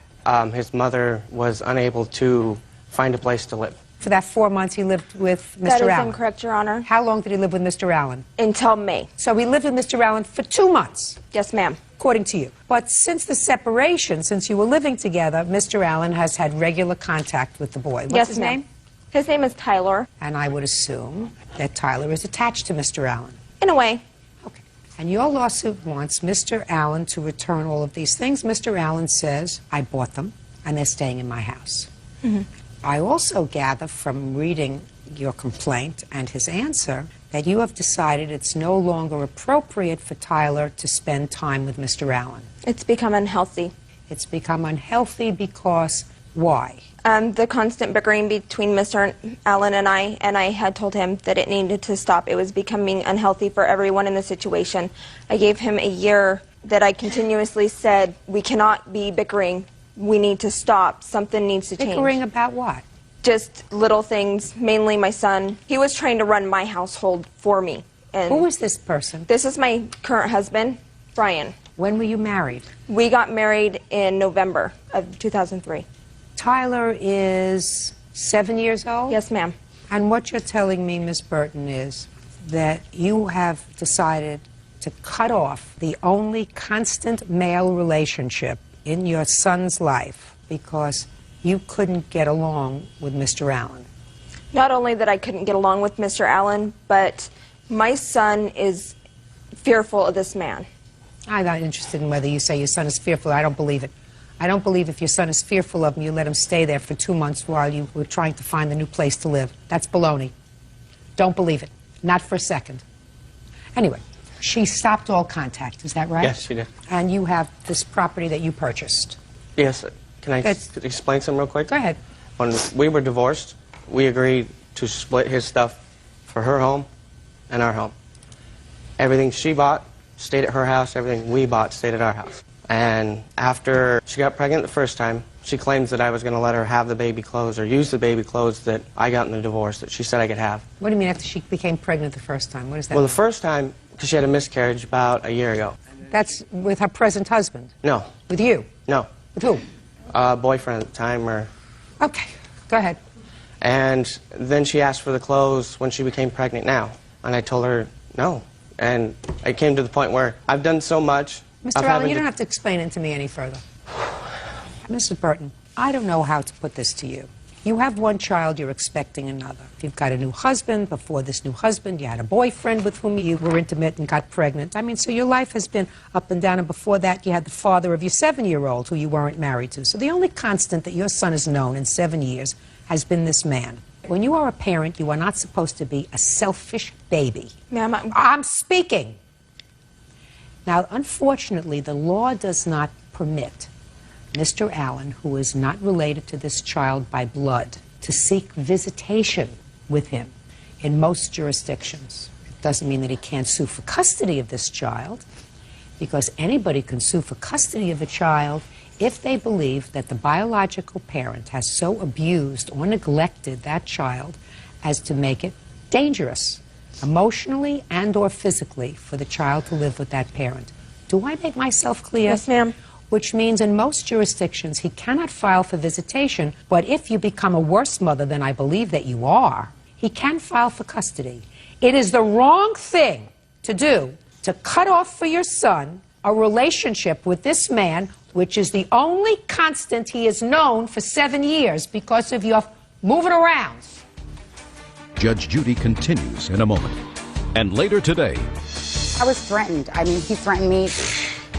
You know, if I didn't go back with him, he would. Fantasy. Mr. Roseberry. She's on a fantasy. Mr. Roseberry, are you under the influence of any drug or alcohol at this moment?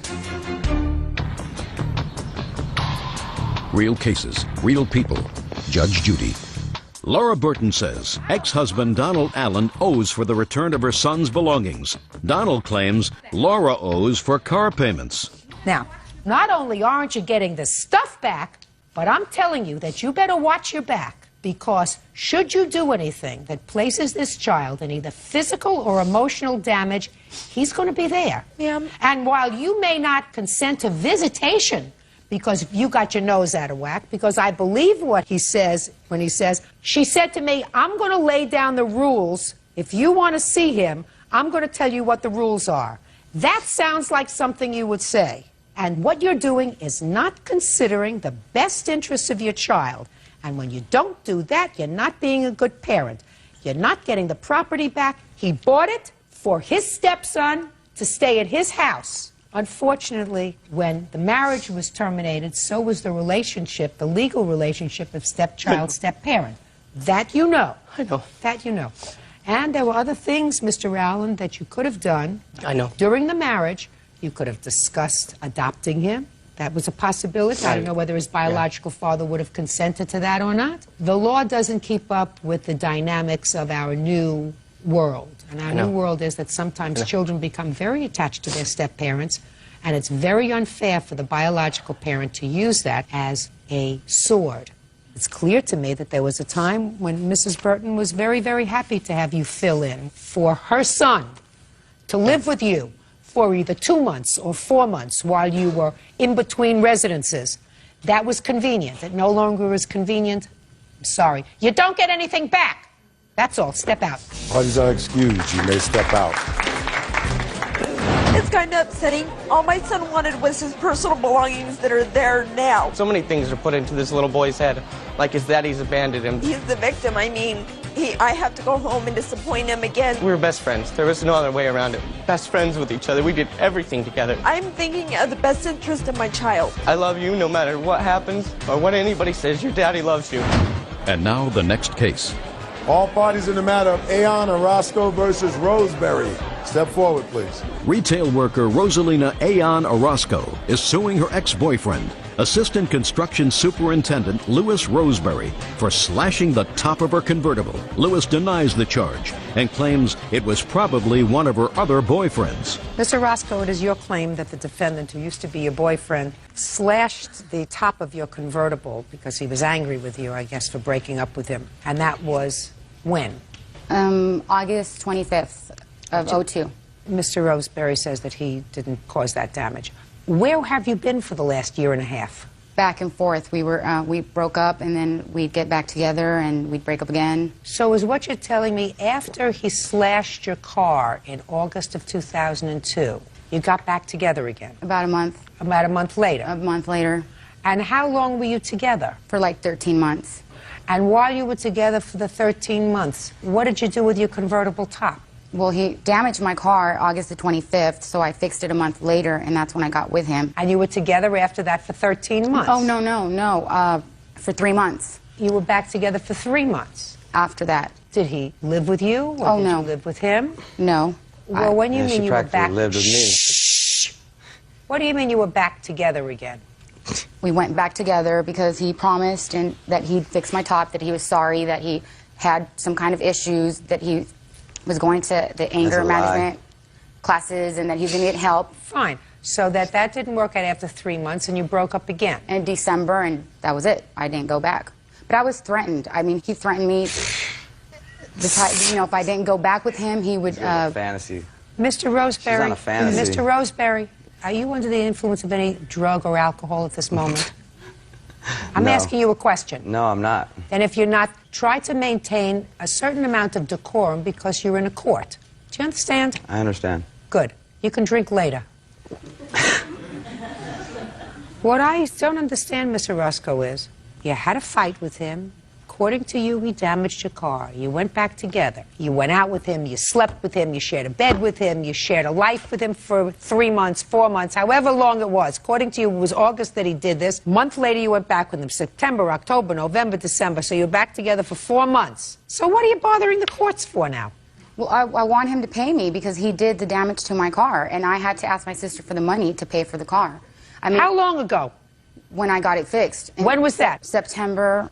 Show me. You know, I'm so sorry, Your Honor. It was of 03. You gotta get your time straight, Mr. Roscoe. Hang on 1 second. It was August 24th of '03 when he damaged the car, and then a month later is when I went back with him. I mean, I just want him to pay the damage of... Just a second. I want him to pay because I seen him do it, and he threatened me, and I broke up with him. We were fighting a night before this incident. We were fighting, arguing from like 7 p.m. to 1 in the morning. I just didn't take his calls anymore. He called me the next day, and he said, okay, fine, if you don't want to be friends, fine, just call me, let me know. So I called him, and I said, you know what, I don't think that this is healthy. We need to not be together. I don't want to have anything to do with you, not even friends. Perfect. Then you should have sued him the next day. Did you report him to the police? The day that he did the damages, yes. There Let was me a see the police report. report. I'd like to see it, please. I called the police office. I'd like to see the police report. Don't speak. Just show me the police report. Real cases, real people. Judge Judy. Rosalina Aon Orozco says her ex-boyfriend, Louis Roseberry, slashed her convertible roof. Louis says Rosalina is delusional. Okay. Your Honor, can I share something, please? Yes. Okay, thank you. Well, this girl is on a good one. She's hallucinating. Listen to me. Here hallucinating. Listen to me. Listen to me. Just stick to her convertible top. Okay, well, the convertible top I didn't slash. I didn't have nothing to do with that. As far as I know, she had 6 other boyfriends or something that are probably mad at her for the same reason I was mad at her. Why were you mad at her, sir? Because she's lying. She just constantly lies. So what'd you get back together with her for 4 months? Look at me. Look at me. Tell me why. Because I like to play around. So you don't care if she's of good moral character or bad moral character or wrapped too tight or whatever? She has no morals. And that didn't bother you? Well, it did. I have a daughter, you know, that I'm raising, and she... You're raising a child? Oh, yeah. I am. Just a minute. You're raising She's a child? an angel. She's a perfect angel. You're raising a child yourself? No, I have help. Whose help? Who's helping? The mothers. What? The mothers. Their mothers? You mean you No. have one child who have several mothers? No, my daughter's mom, and her family, and my family. Do you live with your daughter's mother? No. Who does your daughter live with? We're 50-50 with our child. Oh, So she's half with me and half with mom. We don't fight or nothing. That's But that's wonderful. a different... That's wonderful. Miss Orozco, get to the convertible top, please, and get there fast. You had a fight. You had a fight the day before. The next day, he called me and said, fine, if you don't want to be friends, fine, just call me and let me know. So I called him and I said, you know what, this relationship's not healthy. You need help, and no, I don't want to be friends. I want to have nothing to do with you. So I don't remember if he hung up on me or he said, I'm on my way. Either way, I called him numerous of times, but he wouldn't answer the phone. What'd you call him for? To tell him not to come to my house. Just stalk me. Just a second. You called him, you told him you didn't want to have anything to do with him. Exactly. Well, he And sounded sincere. And he hung up the phone. You already told him not to have anything to do with him. And then, according to you, you kept calling him? I don't understand why you kept calling him. Because he hung up the phone, and I knew he would show up at the house because he's done it before. He's tried to break in the With house. love songs on my pager? He's tried to break in the house before. I'm not interested in that. Well, I don't understand why, if you told me you didn't want to hear from him anymore, you kept calling him on his cell phone. Because I said, I don't want us to be friends. Nothing. Zero. And then he hung up on me, so I called him because I suspected he was going to show up at the house, and that's exactly what he did. He showed up at the house, he knocked at my window, and he said, come outside, let's talk. And I said, no, I'm not going outside. Please leave. My sister is here. So he kept knocking on the window, and then I said, you know, leave or I'm going to call the cops. And that's when he got really mad, and he said, come outside, I'm going to you up. Excuse me. And I said, no, I'm not. And so I picked up the phone and to call the cops. And I said, you know what, I'm calling the cops, and I'm on the phone with them. And he said, come outside because I'm going to you up and I'm going to your car. So I was on the phone with the police, and I said, you know, my ex-boyfriend's here, and he is outside. He wants to come in the house. Then I looked out the window. No, I looked out the window. Or something. No. So blame this one on me. No, because Your Honor. What don't you understand? Am I looking at you? I'm trying to speak mine. No. I didn't ask you anything. All right. I looked out the window, and I seen him. He walked to my car. It was parked in the driveway, and he started slashing my top. Judge Judy continues in a moment. Now I want to go forward again. This guy has issues. Okay? Now I want to You go got forward issues. to when you got back together again. Tissues. It's gonna be crying. Why? Is this another threat? Is this making another up threat? stories. All No, kinds. don't This girl's a threaten me. storyteller. No. Like for real. Damn. Storytelling. Louis, you know you're lying, so don't come You up lie here and more lie. than- Your case, You Ms. lie like a Roscoe, rug. is dismissed. Because when I tell you that you have the absolute right to come into a court, even if you come in late, to file a case, even after you've condoned, as far as I'm concerned, by living with him, staying with him, sleeping with him, touching him, feeling him, letting him touch you for 4 months, you've condoned this slashing incident after it happens, but you still have the right to come in and tell a story.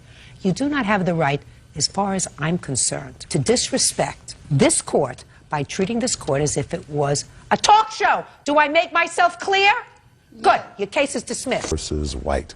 Parties have been sworn in. You may be seated. Folks have seats. Mr. Kravadlowski, this is your former girlfriend. Yes. And according to you, you made a loan to her in order to allow her to purchase a car. Yes. You did that a year ago, Yes, ma'am. and she made some payments to you, and then you broke up and she stopped making payments altogether. You want the balance of the loan. Yes, ma'am. Ms. White said you purchased a car for her. It was a gift. Tell me the circumstances surrounding you purchasing this car. We had been dating for quite a period of time. I'd say about 7, 8 months, somewhere around there. And her family was going through a bunch of problems at the time. They had been, kicked out of their apartments, or her mom lost her job, and she came to me asking me to help her buy a car because her aunt and nobody else would actually help her do it because they just couldn't do it for her. Where did you have this money? I had to take out a personal loan for it.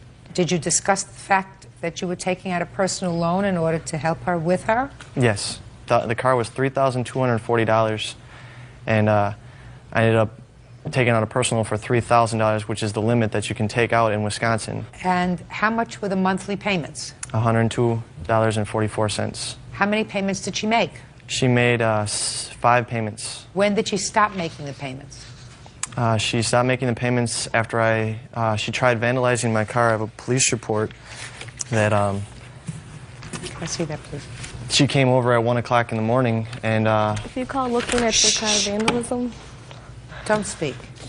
she came over at 1 o'clock in the morning and with a couple of her friends, and I was just going to bed at the time, and I saw her pull up with her lights turned off, and I looked out the window, and it was the car that I had bought for her. Why would she come over and try to vandalize your car? I have no clue. Had you broken up at that time? The 2 weeks before, or a week and a half beforehand, we got in this big discussion because she was making payments, but the last 2 payments were late, and I had to wait. I had to pay them on my own, and I have proof of that too. Just a minute. But you were still dating at that time? No, not anymore. After I bought the car for her, she did not speak with me for 3 weeks, and after that, I called her after 3 weeks of not hearing from her, and finally she said that she was seeing someone else. So. Oh, so immediately after the car was purchased, you broke up? No, we broke up beforehand. We were just kind of seeing each other like really good friends.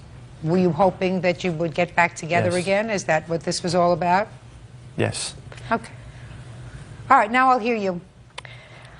First of all, we were only going out for 2 months. He followed me for 9 months after. There was nothing. Get to the car. The car was a gift because he knew I needed a car. We were in troublesome things in family. He knew that I needed a vehicle, so... Look at me. Listen to me.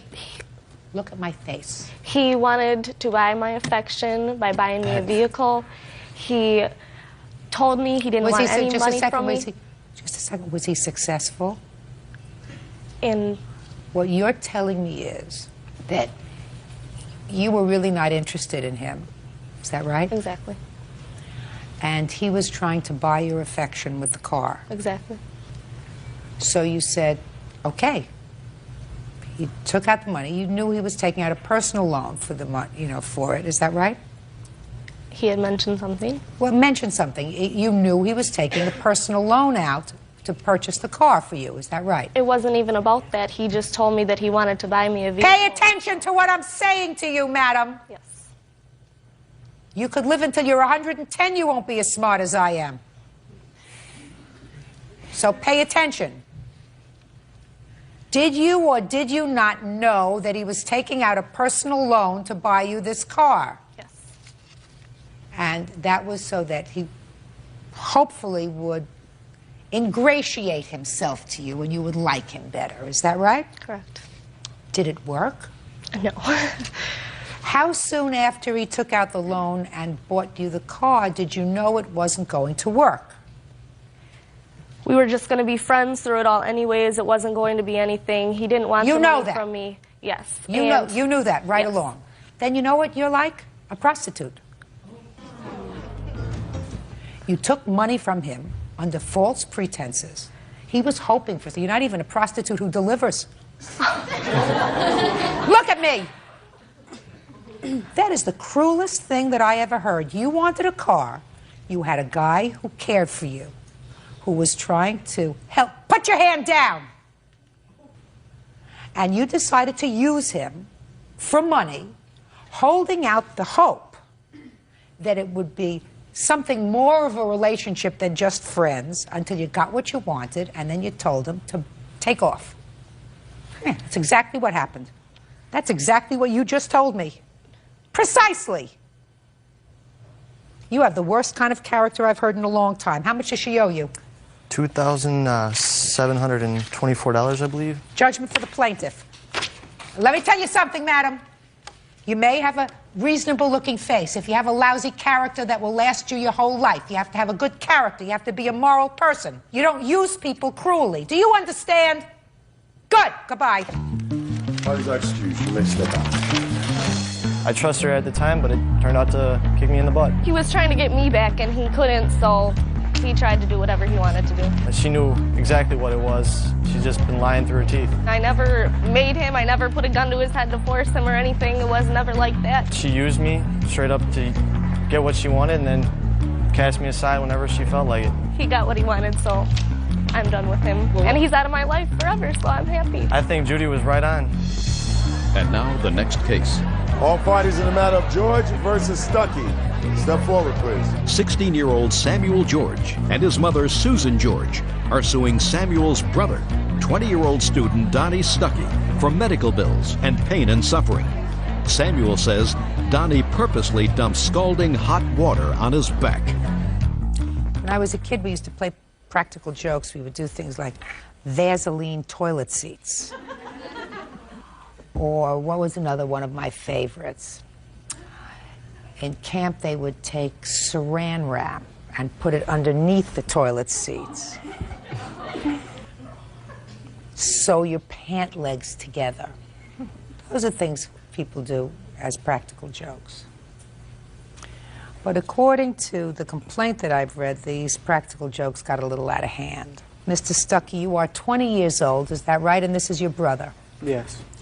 And I gather from your complaint that the two of you hadn't seen each other for many, many years. Were you raised by two different families? Yes. You're his mother? Yes. And more recently, you found each other and you became friends. You were staying over at your house? Yes. Tell me what you did, Mr. George, while you were staying over at your brother's house. You're 16, is that right? Correct. Okay, well, January 3rd, I went over to my brother's house after work, and I went over to his apartment. And we went to a friend's house. I got over there at about 9:30, 10 o'clock, and we went to one of his friend's house, and we hung out and watched the Michigan-Ohio State football game. So we went back to his apartment, and Donnie went to sleep early because he had to go to work the next day. And me and Anthony stayed up in the living room and watched TV. And like we always play practical jokes, we play a little rough. And around Christmas time, I bought a bottle of 100% Pain hot sauce, which is exotic hot sauce, and it's pretty hot. I mean, it really burns your mouth. So, and while he was sleeping... Why did you buy it? For practical jokes. So you planned to use it as a practical joke? I mean, Yes. you weren't planning to cook with it and then, No. you know, as an afterthought. No. You bought it to use on somebody. Yes, correct. Go ahead. And while he was sleeping, I took the bottle and I leaned over and I dripped a few drips, probably about 3 drips on his lips while he was sleeping. And then I walked back into the living room. I suppose he went in the bathroom, washed off his mouth, and went back to sleep because he had work the next day. Later that night, I went to sleep, probably around 12:30. I went to sleep on his couch. And I set my alarm clock for, I think, 7:30 because I knew he would try and get me back in the morning before I woke up and before he went to work. So I hid the hot sauce bottle. I woke up around 7:30 and I fell right back asleep. And I remember looking up and seeing Donnie like walking around the living room in the kitchen area, and I fell back asleep. And shortly after that, he had taken a cup of hot water, put it in the microwave for what he says was 3 minutes. And No, you didn't see him do any of this. Oh, I was so sleeping. You just tell me what you felt. What I felt was he poured the water on my back, and it was scalding hot, and I just felt the skin off my back. It just burnt all the skin off my back. So I fell off the couch screaming in agony and pain, and then I ripped off my shirt, went in the bathroom, and jumped in the shower and turned it on cold water immediately. And I was washing off my back, and I got out and I looked in the mirror, and I saw the skin hanging off my back. I'd like you to come up here, sir, and turn around so you can show me your back.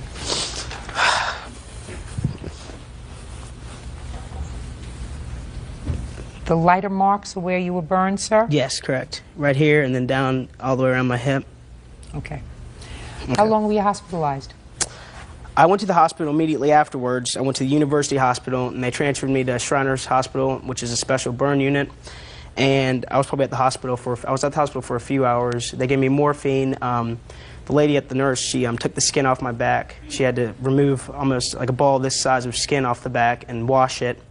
And they bandaged me up, and then they sent me home with a second-degree kit, burn kit, and which my mom took care of me after that. You have the hospital report? This is a burn estimate and a diagram, and these are other papers filled out by the nurse and nursing evaluation and other hospital papers.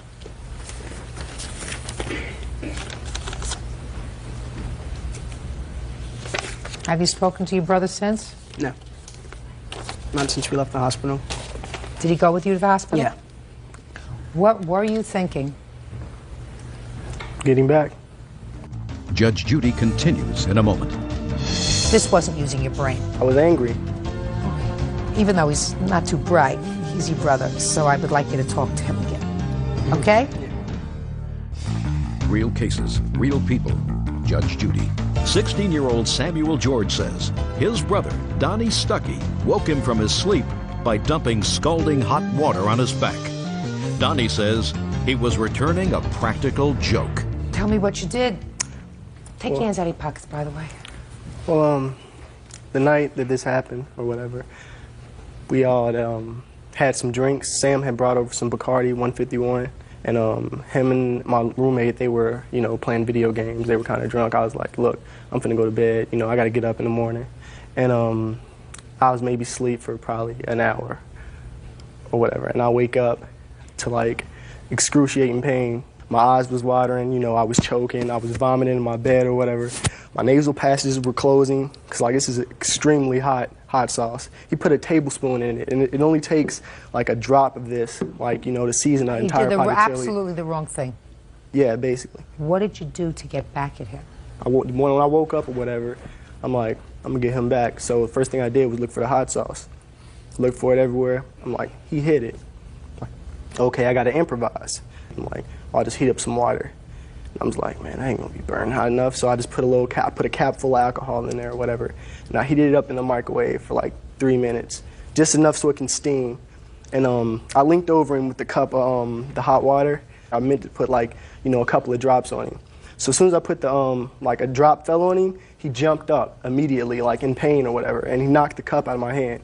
So it was his fault? Huh? So it was his fault? That all of it, no, it was his fault that all of it fell on his back. So that's what I said. It was his fault. Correct. That all of it fell on his back. Yes. It wasn't your fault because you only intended to put a drop on it. So the fact that he jumped up in pain, spilling the whole thing on his back, that was his fault. Yes. I did not mean to burn him to that extent, so... Listen to me. Yes. I don't think that you understand that I was making a joke. That was your fault. What happened was, according to you, you dropped the drop of this hot liquid on him, and his reflex was to jump up. And if I believe you that you hadn't intended to pour the whole thing on him, not so sure about it. The fact that it fell on him was still your fault. It had nothing to do with him. Well, he knocked it out of my hand. So it was his fault. What do you do for a living? I work at 99 Center, and I'm a student at UC. Oh. Physical therapy. Fine. So that requires you to use your head a certain amount of the time, right? Yeah. You're not moving cinder blocks from here to here. No. Right? It reminds you to use your brain. Right? I want you to use your brain. Okay. This wasn't using your brain. I was angry. Oh. Now you can come up and stand up here. What were your medical bills that were not covered by insurance? All of the bills were covered by insurance, and Shriners is a free hospital, so we were very fortunate on the care. So now, Sam, you tell me how much you think he should pay you for pain and suffering. I believe he should pay me $3,000 for pain and suffering. Really? Yeah. And how much do you think you should pay him for causing him discomfort that evening? 50 cents. Wrong. Judge Judy continues in a moment. There isn't much difference between a 16-year-old and a 20-year-old. They're both stupid. One's just a little more stupid than the other, and unfortunately, that's the 20-year-old who's a little more stupid than the other. But they're both stupid. Neither one of them are fully cooked yet, hopefully. Mm-hmm. So what I'm asking your son is, you caused a certain amount of discomfort.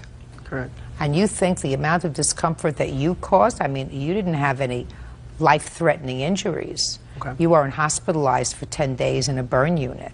You were treated and released. Your mother took care of you at home. She changed your dressings. It was very painful. It was very uncomfortable. Very painful. No question about it. And I guarantee you that you will think twice at this point in your life about doing other practical jokes on people, won't you? Correct. So that was a very good lesson. Now, I'm not suggesting that your brother here, that you pay him for teaching you a very good lesson. But I think that you're out of line when you say you want him to pay you $3,000 and you only owe him 50 cents. Do you understand? Now, Mr. Stuckey, you would agree with me, would you not, that you caused substantially more injury to your brother than he caused to you. Isn't that right? Yeah. And that the pain of this burn lasted much longer than the burn in your mouth. Is that right? Yeah. Tell me what you think is reasonable accountability on your part. I don't think I owe him anything. You know, like I said, I didn't intend to burn him to that extent. Well, but you did. So you did. So Yes. whether you actually intended to do it or not is not relevant. This was exactly what you intended, only the injury was more than you intended. You intended to burn him on his back to hurt him. Yeah, to not, but to not hurt to that him, extent. but not though. to the extent. No. Well, unfortunately, you didn't have a thermometer in that hot water, my friend, because you did hurt him. Now, I'm not going to give you $3,000, Mr. George, because I think that you have to learn your own lesson. But I am awarding you $1,500 for your pain and suffering. And I think that even though he's not too bright, he's your brother, so I would like you to talk to him again. Okay? Yeah. All right, you prepared to forgive him? Yep. Good, perfect, thank you. Parties are excused. You may step out. Guys ये देखो ये है हमारा घर ये देखो hello आज मैं जा रहा हूँ बाहर देखो शो ये हमारा सामान ये देखो और ये हमारी गाड़ी और ये हमारा कूलर और ये देखो ये हमारा बेसन है और ये देखो ये हमारा दरवाज़ा खड़ा है सामने ये मेरी चाची का घर है और ये देखो ये मैं हूँ और ये देखो ये हमारे कुक्कड़ भी हैं ये देखो ये हमारे कुक्कड़ हैं ये देखो ये हमारे कुक्कड़ हैं और ये हमारा किचन है ये देखो ये हमारा किचन है ये हमारा किचन है और ये हमारी शेल्फ है ये हमारा कूलर है और ये देखो ये है हमारा घर ये देखो ये है हमारा घर और ये देखो ये बिल्ली है हमारी देखो देखो कुक्कड़ हमारा बिल्ली को देख के कैसे कर रहा है ये देखो ये विक्सिंग कर रहा है ये हमारा कुक्कड़ है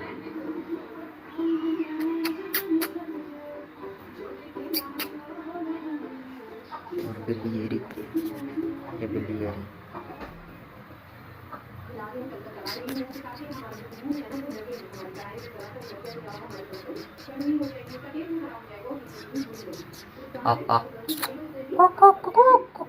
इधर आओ।